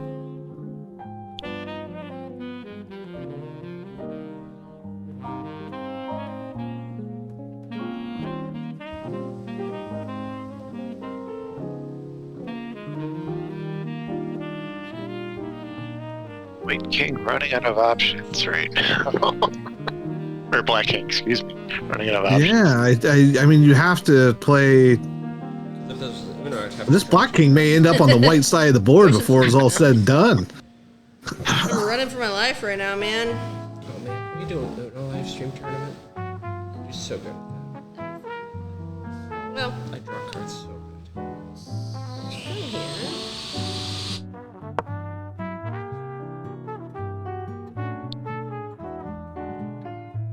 Right, now I'm thinking.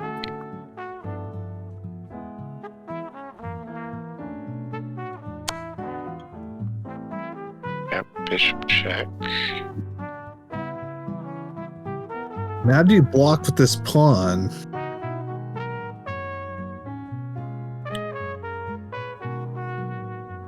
I feel like that's the instinctual move, I think, for sure. But okay, we get the knight move. So at least now Van can, threaten that queen trade if Joe doesn't keep the checks going.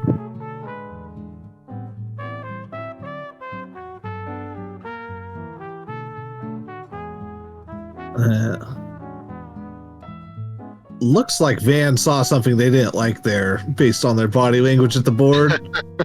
Which, to be fair, I don't really blame them. There's not much to like in this position. Oh, and it gives up the queen.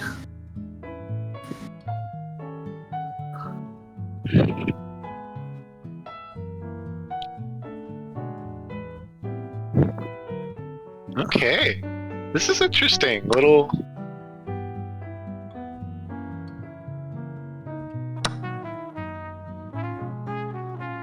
Balanced out a little. Yeah, and I don't know who I would prefer to play here. Computer has white with the advantage, but again, I think this is a situation similar to, the last game we had where white has the queen off the board now, but black, still. Not able to fully capitalize, I think, in a immediate way. Yeah, the only thing that I really like for black is just that the queen is just such a hard piece to defend against. So if this white king ever gets opened up at all, this could get really dangerous for white really quickly. Obviously, white with the two bishops probably should be winning here, but it's not so easy for either player to finish this game off.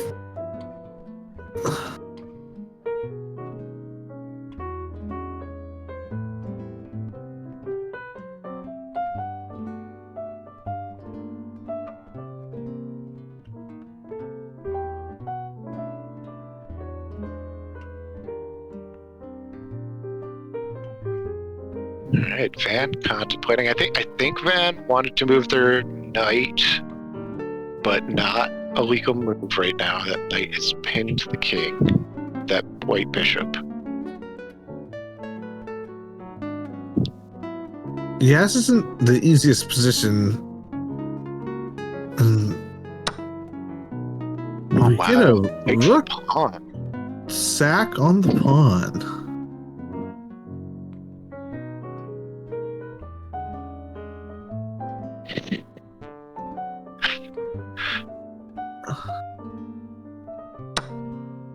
Yep, and I take back.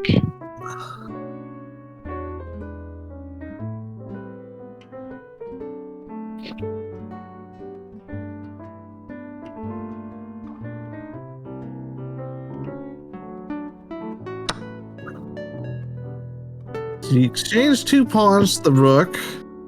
The board opens up now.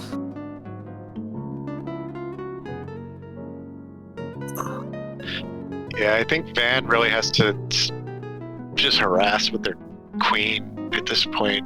But those 2 bishops, with an open board like this, 2 bishops are going to cover a lot of ground. So you definitely have to be careful not to, you know, put the queen on the wrong square.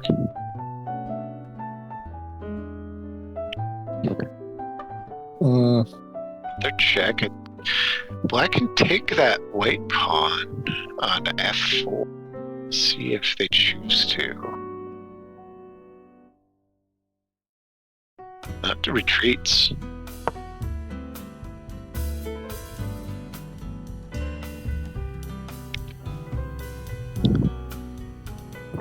On the plus side, the knight is no longer pinned to the king. Yeah, and without all those pawns all pushed up, you might end up getting a knight fork here at some point. If the white's not careful.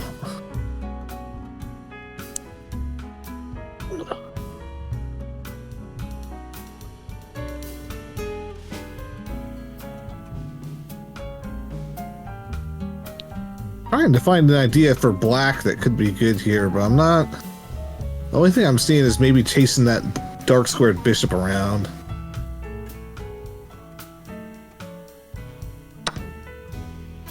Oh. Man, very aggressive, but like you were saying, actually, this is what I think what you were talking about earlier. That backwards bishop move can be hard to spot when you're newer to the game. Yeah, any backwards moves are just really hard to see for some odd reason. I'm not even sure why, but it's really tough. Now you got the lone defender in the middle of the board with the horse.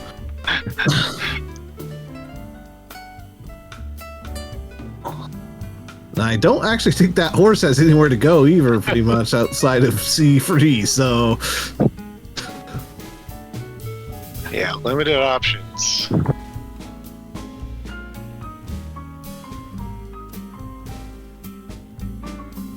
I think we're starting to progress towards the point in the game where white needs to be careful to not stalemate. Yeah. What's your opinion on, you know, when you're down in positions like these, like this much? Do you just try and get rid of your pieces and go for the stalemate? Is that do you like to try and play that option?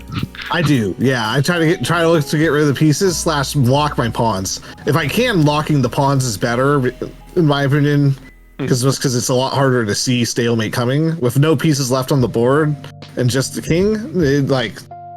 As long as the other person just generally knows to look for checks, they probably won't do that. But if you can make it to where you have like 3 or 4 pawns left on the board, but they're all locked up, a lot of times other players won't be paying attention to that nearly as much because they're just like, oh, they're going to be able to have a pawn move or something. And then when you don't and they stalemate, it's just all the more tragic.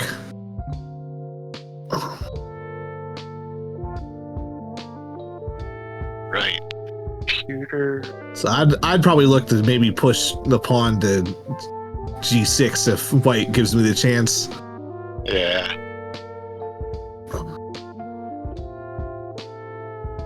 Can't quite tell if Joe here might just keep pushing the pawns, maybe, or I'm not sure if they're thinking about, you know, directly going for that mate, or maybe just kind of keep working that advantage.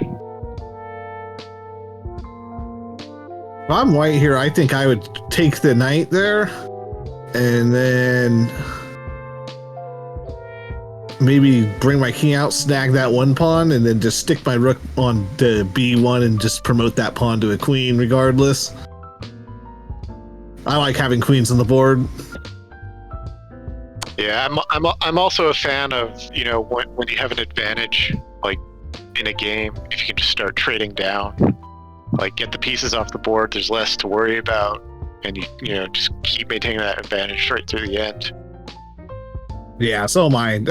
I actually had the very similar decision against you in our last game, where I was trying to decide whether I wanted to play Queen C2 or take with the Rook, and I was like, I thought Queen C2 was the best move, but I didn't play it because I was just like, I know that I'm winning here, so I should just trade down and simplify. Yeah, I noticed that. You were thinking about that Rook move for quite a while, and I was like, once you traded, I was like, yeah, okay, you're just gonna trade down. yeah, but Queen C2 looks so good. I wanted to play it, but you know, at some point you got to respect the fact that, especially when you're playing an opponent as good as you, Funk, you gotta take the winning chances when you got them. For sure.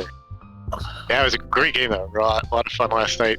League One action, not on stream between me and Wyatt, but we have a matchup in return later this season. Oh, for sure. And I think for me and you, whoever's played White has won every game so far. So that's probably right. Yeah. Okay, Joe takes the pawn. So yeah, there's not a whole lot he can do wrong right now, let's say. Yeah. I don't even know what you... Maybe just... Oh. It's not a lot.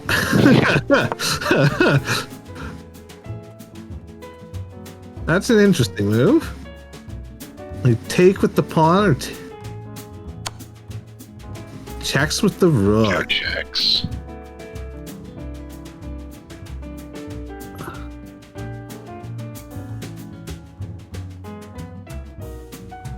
Oh. Oh, I think. Oops! Oh, Van trying to take that pawn, but it is defended by the bishop. That's tough. You have to move the king to d5 here, and do you find the e4 check idea, then have it get taken by the knight? Come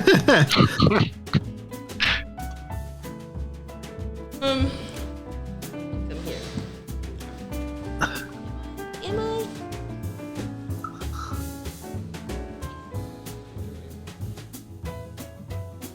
Alright, Van. Okay. Van, check to make sure that's a legal move.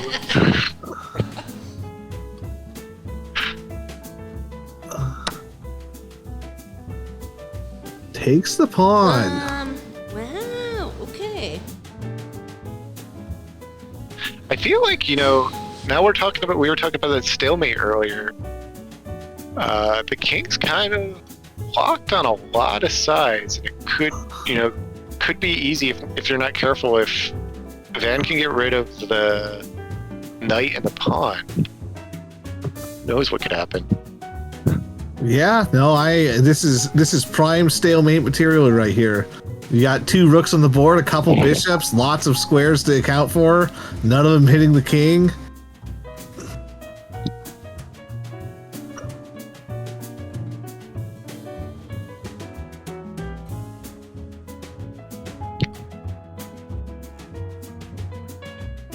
Bonkers here.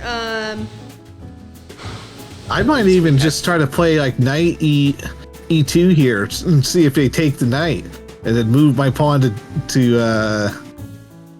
d3 and let them take that too, and see if they can find the right moves to check maybe. Yeah, it might be worth a shot. Maybe even b1 might be better. Kind of like that e2 because you attack the rook, so you almost force some sort of response, right? Yeah. Feels like a little more of an imminent threat, I think. Yeah, no, and then you would get the pawn with the fork. You essentially have to take at that point.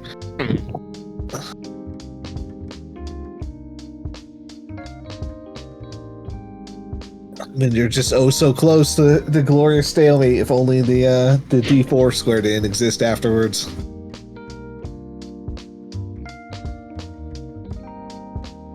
Looks like Van trying to find safe squares for that king.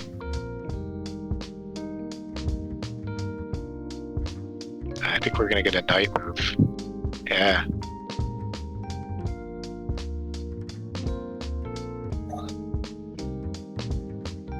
And now is that? I think that's if you take. checkmate if you take with the bishop. We'll see what. Yep. Oh, we get it. Close, but well played. I'm good at this game. Why are you laughing at me? I lost 31 points. I love the surprise.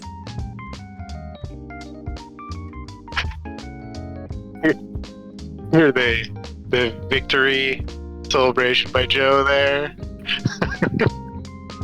That is some tough material loss there.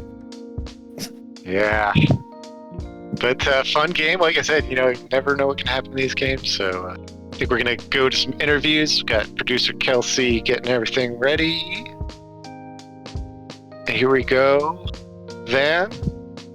Hello? Can you hear us okay? Here, you guys. Oh, awesome. How do you feel? First game on stream. I know it probably didn't go how you wanted, but what were your thoughts? It was chaos chess. And that's kind of how I always play. So it's a 50-50 battle either way. No, it was a good game, and I really enjoyed playing with Joe. Yeah, it was fun. Awesome. We got Wyatt here in the booth too. Wyatt, any questions for Van? Wait, Wyatt, the top leader of the entire league?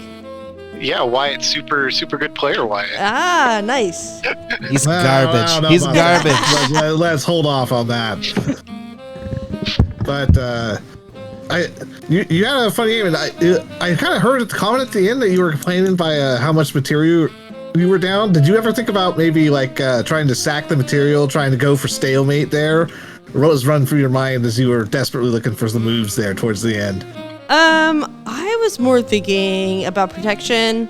I could have gone stalemate in the way, but at that time I was kind of just like, oh god, every move I'm gonna make, I'm gonna be.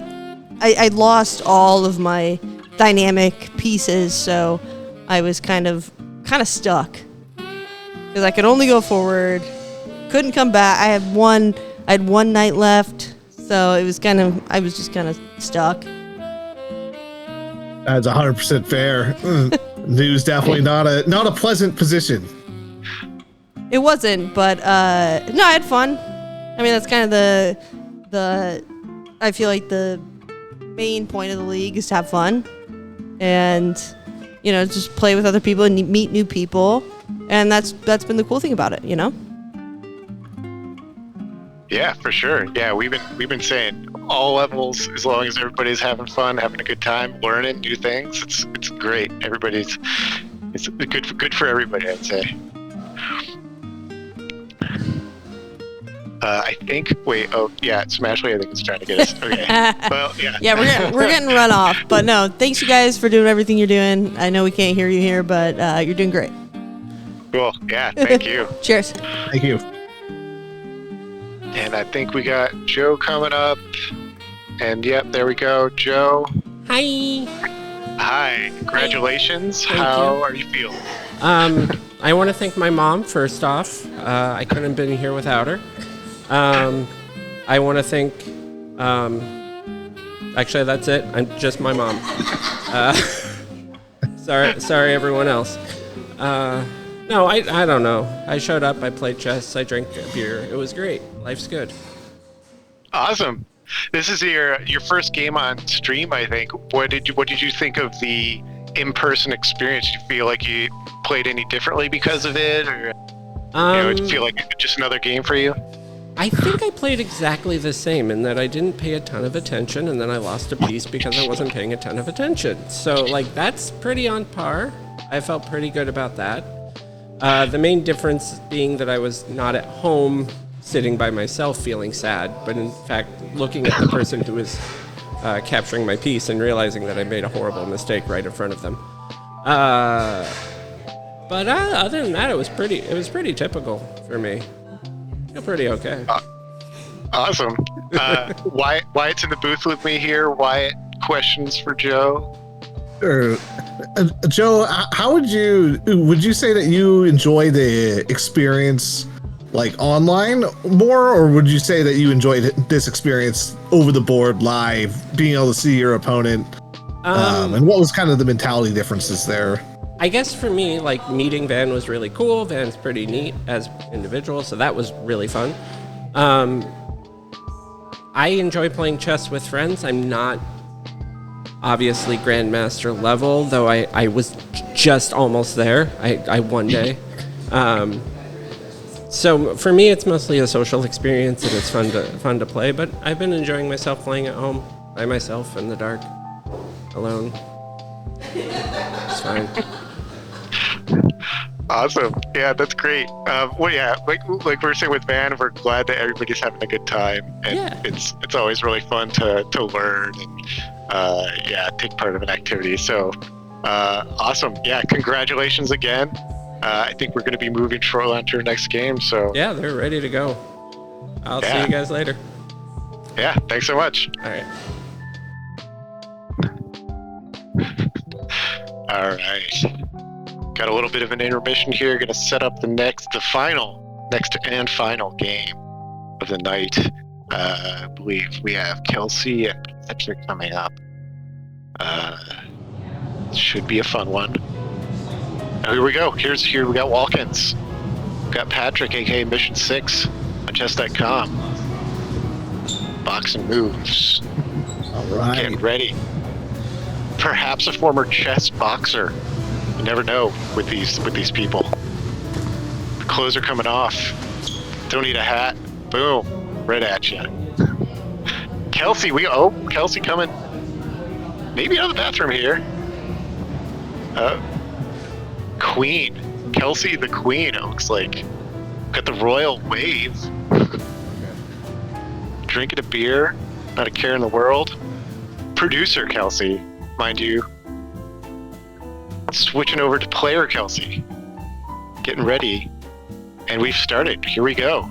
Game 3. We continue Wyatt in League 4. Another League 4 matchup. Kelsey tied for the lead right now. Patrick 8th in the standings at this moment. Yeah, I'm playing on the phone. We got the top of League 4 here. I do believe that you do, if producer Smashy can correct me if I'm incorrect, but you do move up if you are at the very top of the end of the standings, if I am not mistaken. Yeah, I believe there will The, be a playoff stage. Yep, especially. So the number 1 from this league will play the number 7 from League 3 as a sort of a relegation battle. Yeah, those kind of relegation promotion matches will factor into the final stage of the playoffs after the main part of the main season. So, yeah, very, very important. Gotta get every point. And it looks like for Patrick, this would be a huge chance to get some points and maybe play a bit of a spoiler here for Kelsey. Yeah, I think so. It's yeah, it would definitely kind of condense the entire league here. I love it. Keep the pressure on everybody else. I know, right? It is a lot. I'm already like struggling enough as it is just the phone, so.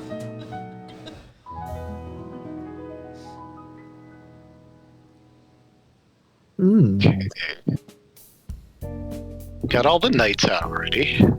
That's always fun.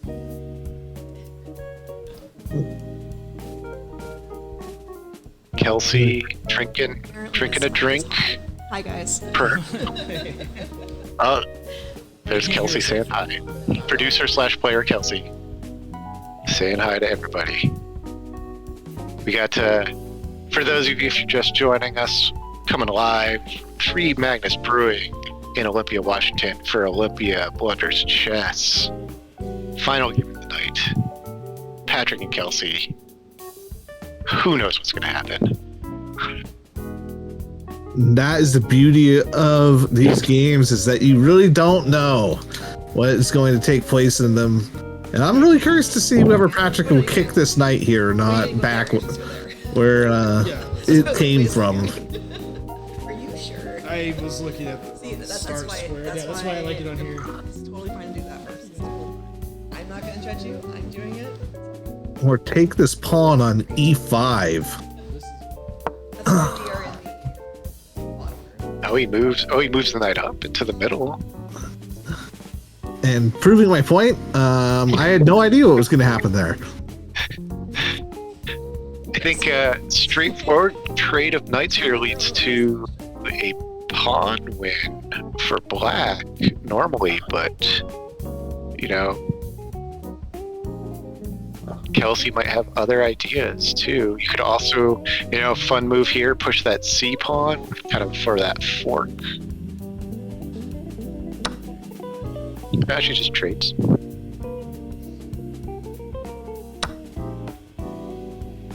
That looks good.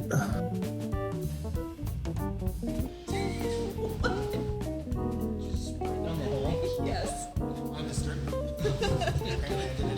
Yes, of course you did. Got a little bit of a case of the giggles here. It's all right. And we just got everything being traded down that was moved out at the beginning of the game. This white has the opportunity to take this pawn on f5.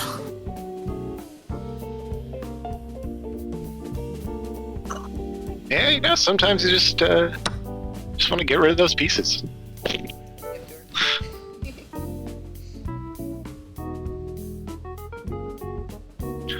Players taken at every opportunity so far. We'll see. I'd say, you know, Kelsey has an opportunity here, bring the queen out, kind of pin that knight to the king. Actually, attacks the bishop. It's a viable move too.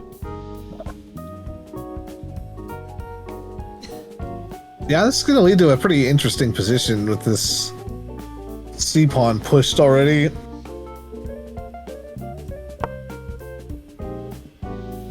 Chooses to just move it to attack the knight. I kind of like that decision. You can take and double up the pawns and create a weakness. I kind of like that bishop move by white. Very dramatic side. I couldn't quite make out what that was. Players having some fun. I think, you know, these players might have been waiting a little bit, having some drinks maybe here at 3 Magnus Brewing.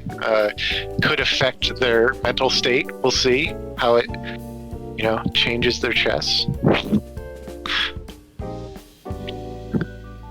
Oh, and we have Kelsey moves the knight, but there's a chance now for an attack by white on that f7 square. Yeah, it looks like a more some form of a fried liver attack is what it's really turned into, but he chooses to castle instead. So, yeah. It is a normal move. I don't really blame him for not going for that, especially if you don't play it a lot. Oh, we got some. Wait, we might have some special information coming soon here. Oh, that attack is still there. If white wants to play it.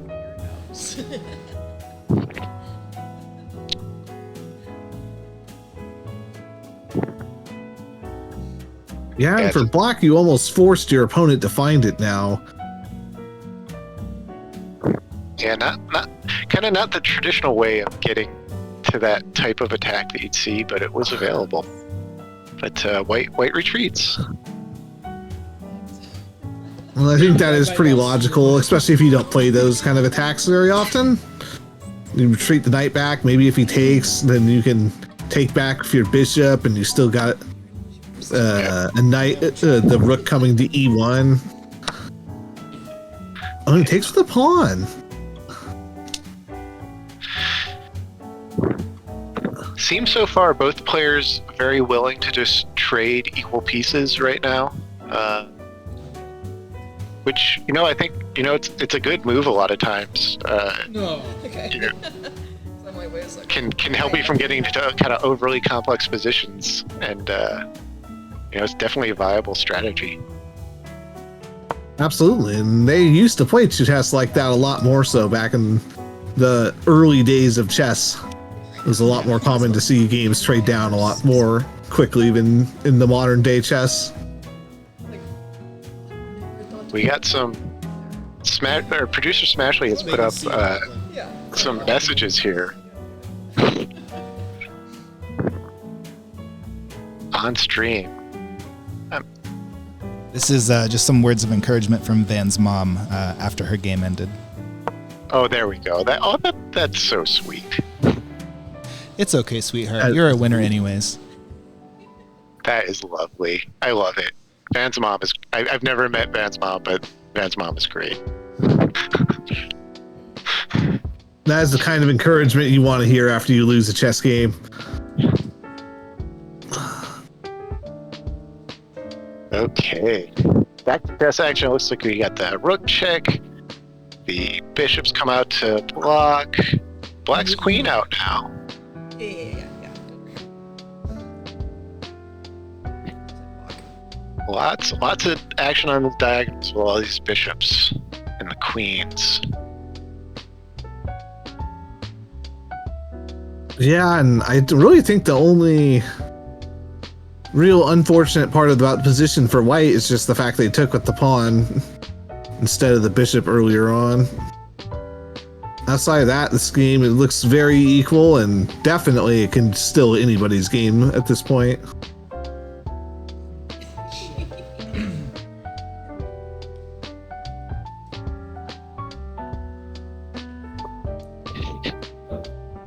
Kelsey enjoying a drink, it looks like. Here, 3 Magnus Brewing.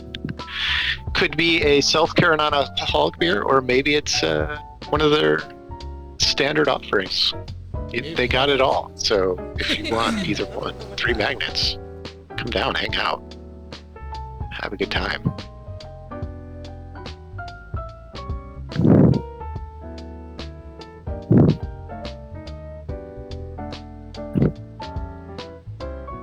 Looks like Patrick taking his time to consider this move. Yeah, I like that. It's good to take some time to find some moves, especially when you're not exactly sure what you want to do in a position. Get an idea, formulate something a little bit more solid than just looking for one move attacks. I feel like most of Patrick's obvious moves here are probably a queen move. I feel like we're going to see a queen move, but never know. But I think getting that queen out, maybe e2, put more pressure on that black bishop. Oh, no. Okay, moves into b3.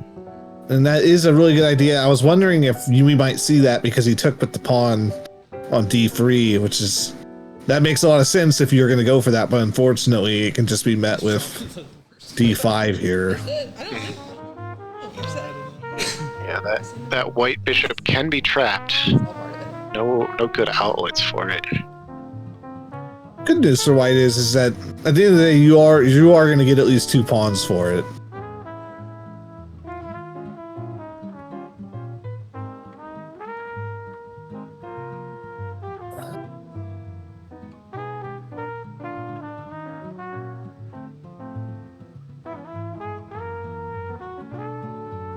Kelsey considering options.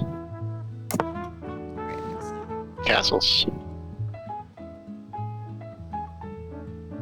And that's now both the players have missed a good opportunity when castling, but honestly, castling in general is almost always a good move. Getting your king into safety is never really a bad call.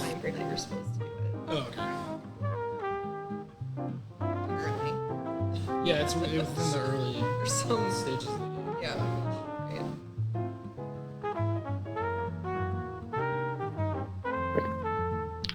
Got a little bit of banter here. Seems like both players having fun.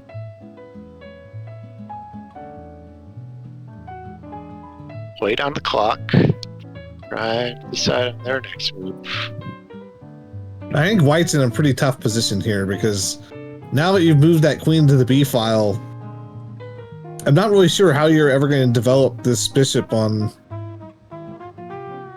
your dark squared bishop because it's just blocked in by all your pawns.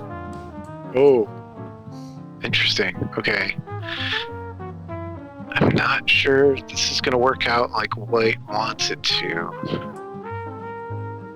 Yeah, I'm thinking they didn't calculate the bishop being able to take the rook here.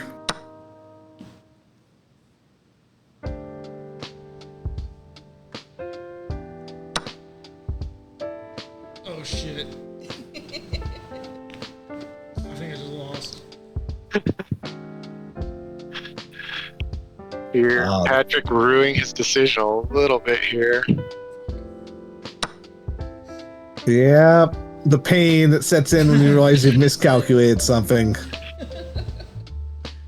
Patrick also got to be careful now that the rook backs up the queen on that F file. Now there is an immediate attack on that F2 pawn, which could lead to mate if not defended.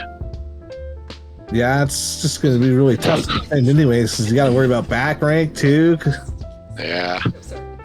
And that black bishop is the white's black squared bishop is still just impossible to get out right now. Yeah, it's like you have 8 points of material that might as well be 0. It's not doing anything. That's like a really good lesson just to learn in general. Is just if you can't develop a piece, the piece might as well not be there. You have to be able to get your pieces into the action. That's why it's so important to develop in the early game. Sure. Pushes that A pawn. I think there's probably two. Yeah. Oh, so you can move her. That's fine. Yeah, I think Kelsey does have a mate here if she can finish it off. I think she'll find it, but find the back rank. Right here. I think she's got it. Yep. There we go. And that's all she wrote. Producer Kelsey setting up the interview for Patrick, who she just defeated. Patrick. How are you doing, Patrick?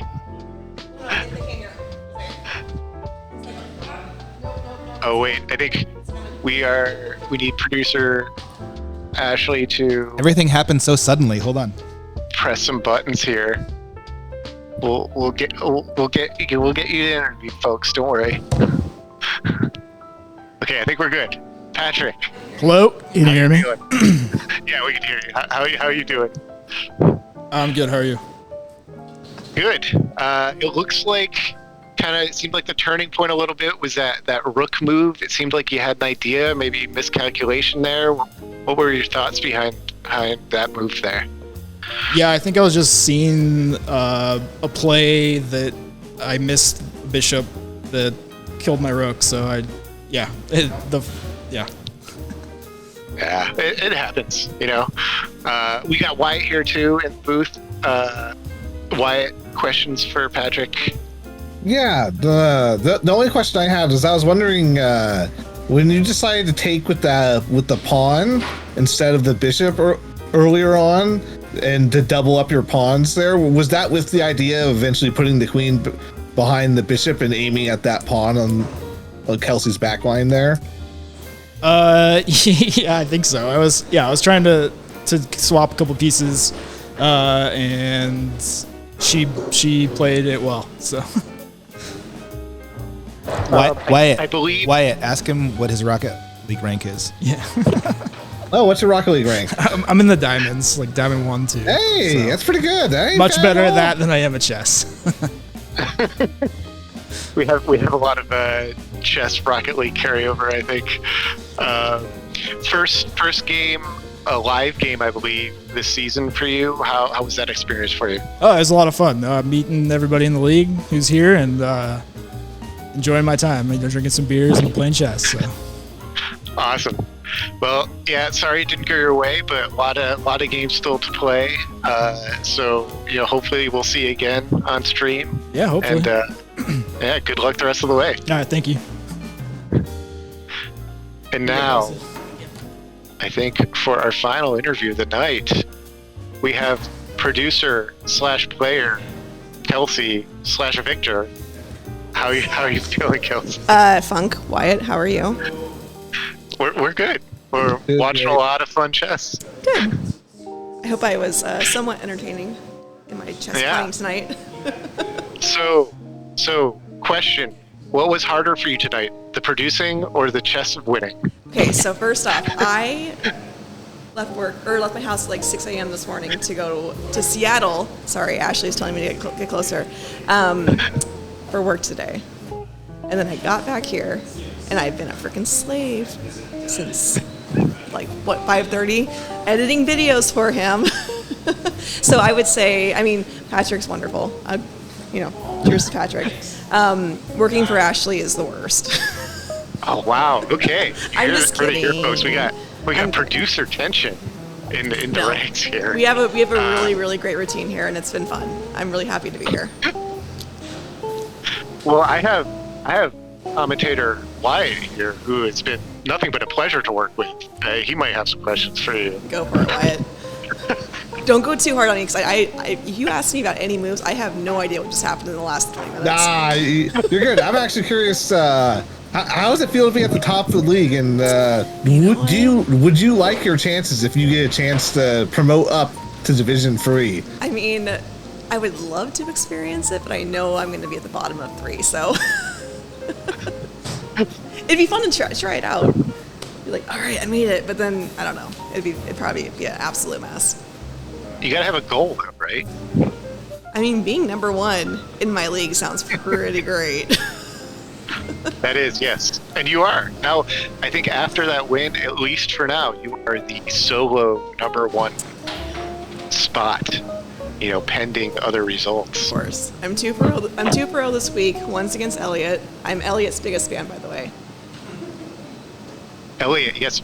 Yes. I think everybody on stream is a fan. One of the best trash talkers in the league.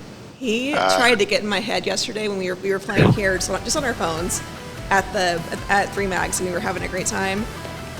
Is this the wrap-up music? Oh, more! You heard it. More producer tension. It's palpable, people. Anyway, no, Elliot's fantastic, and shout out to all the losers. Thanks for making me number 1. Wow. Kelsey out. Bye. Kelsey goes hard. Thank you. Thank Kelsey. you, Wyatt and Funk. Heart you guys. Awesome. That was it. That was our final game. I think we're gonna have a bunch more of these streams. So join us again. I'm Funk. Wyatt joined me in the booth. Thank you. Doug, we had earlier for the first game. Thanks for Doug. Ashley, Kelsey, producers extraordinaire. Thanks again to 3 Magnus Brewing for hosting, always being kind. Come on down, Olympia, have a drink if you're around. They would love to have you. Wyatt, any final words before we sign off? Yeah, it's just another great day of chess. And thank you for Doug for being able to fill in for me earlier today. That was fantastic, and it's good to commentate as always. Awesome. Well, congratulations all the winners. Thanks for everybody for playing. Thanks for everybody tuning in. And I think we're going to wrap it up and join us again for some Cascadia Olympia Blunders chess. Thanks, everybody.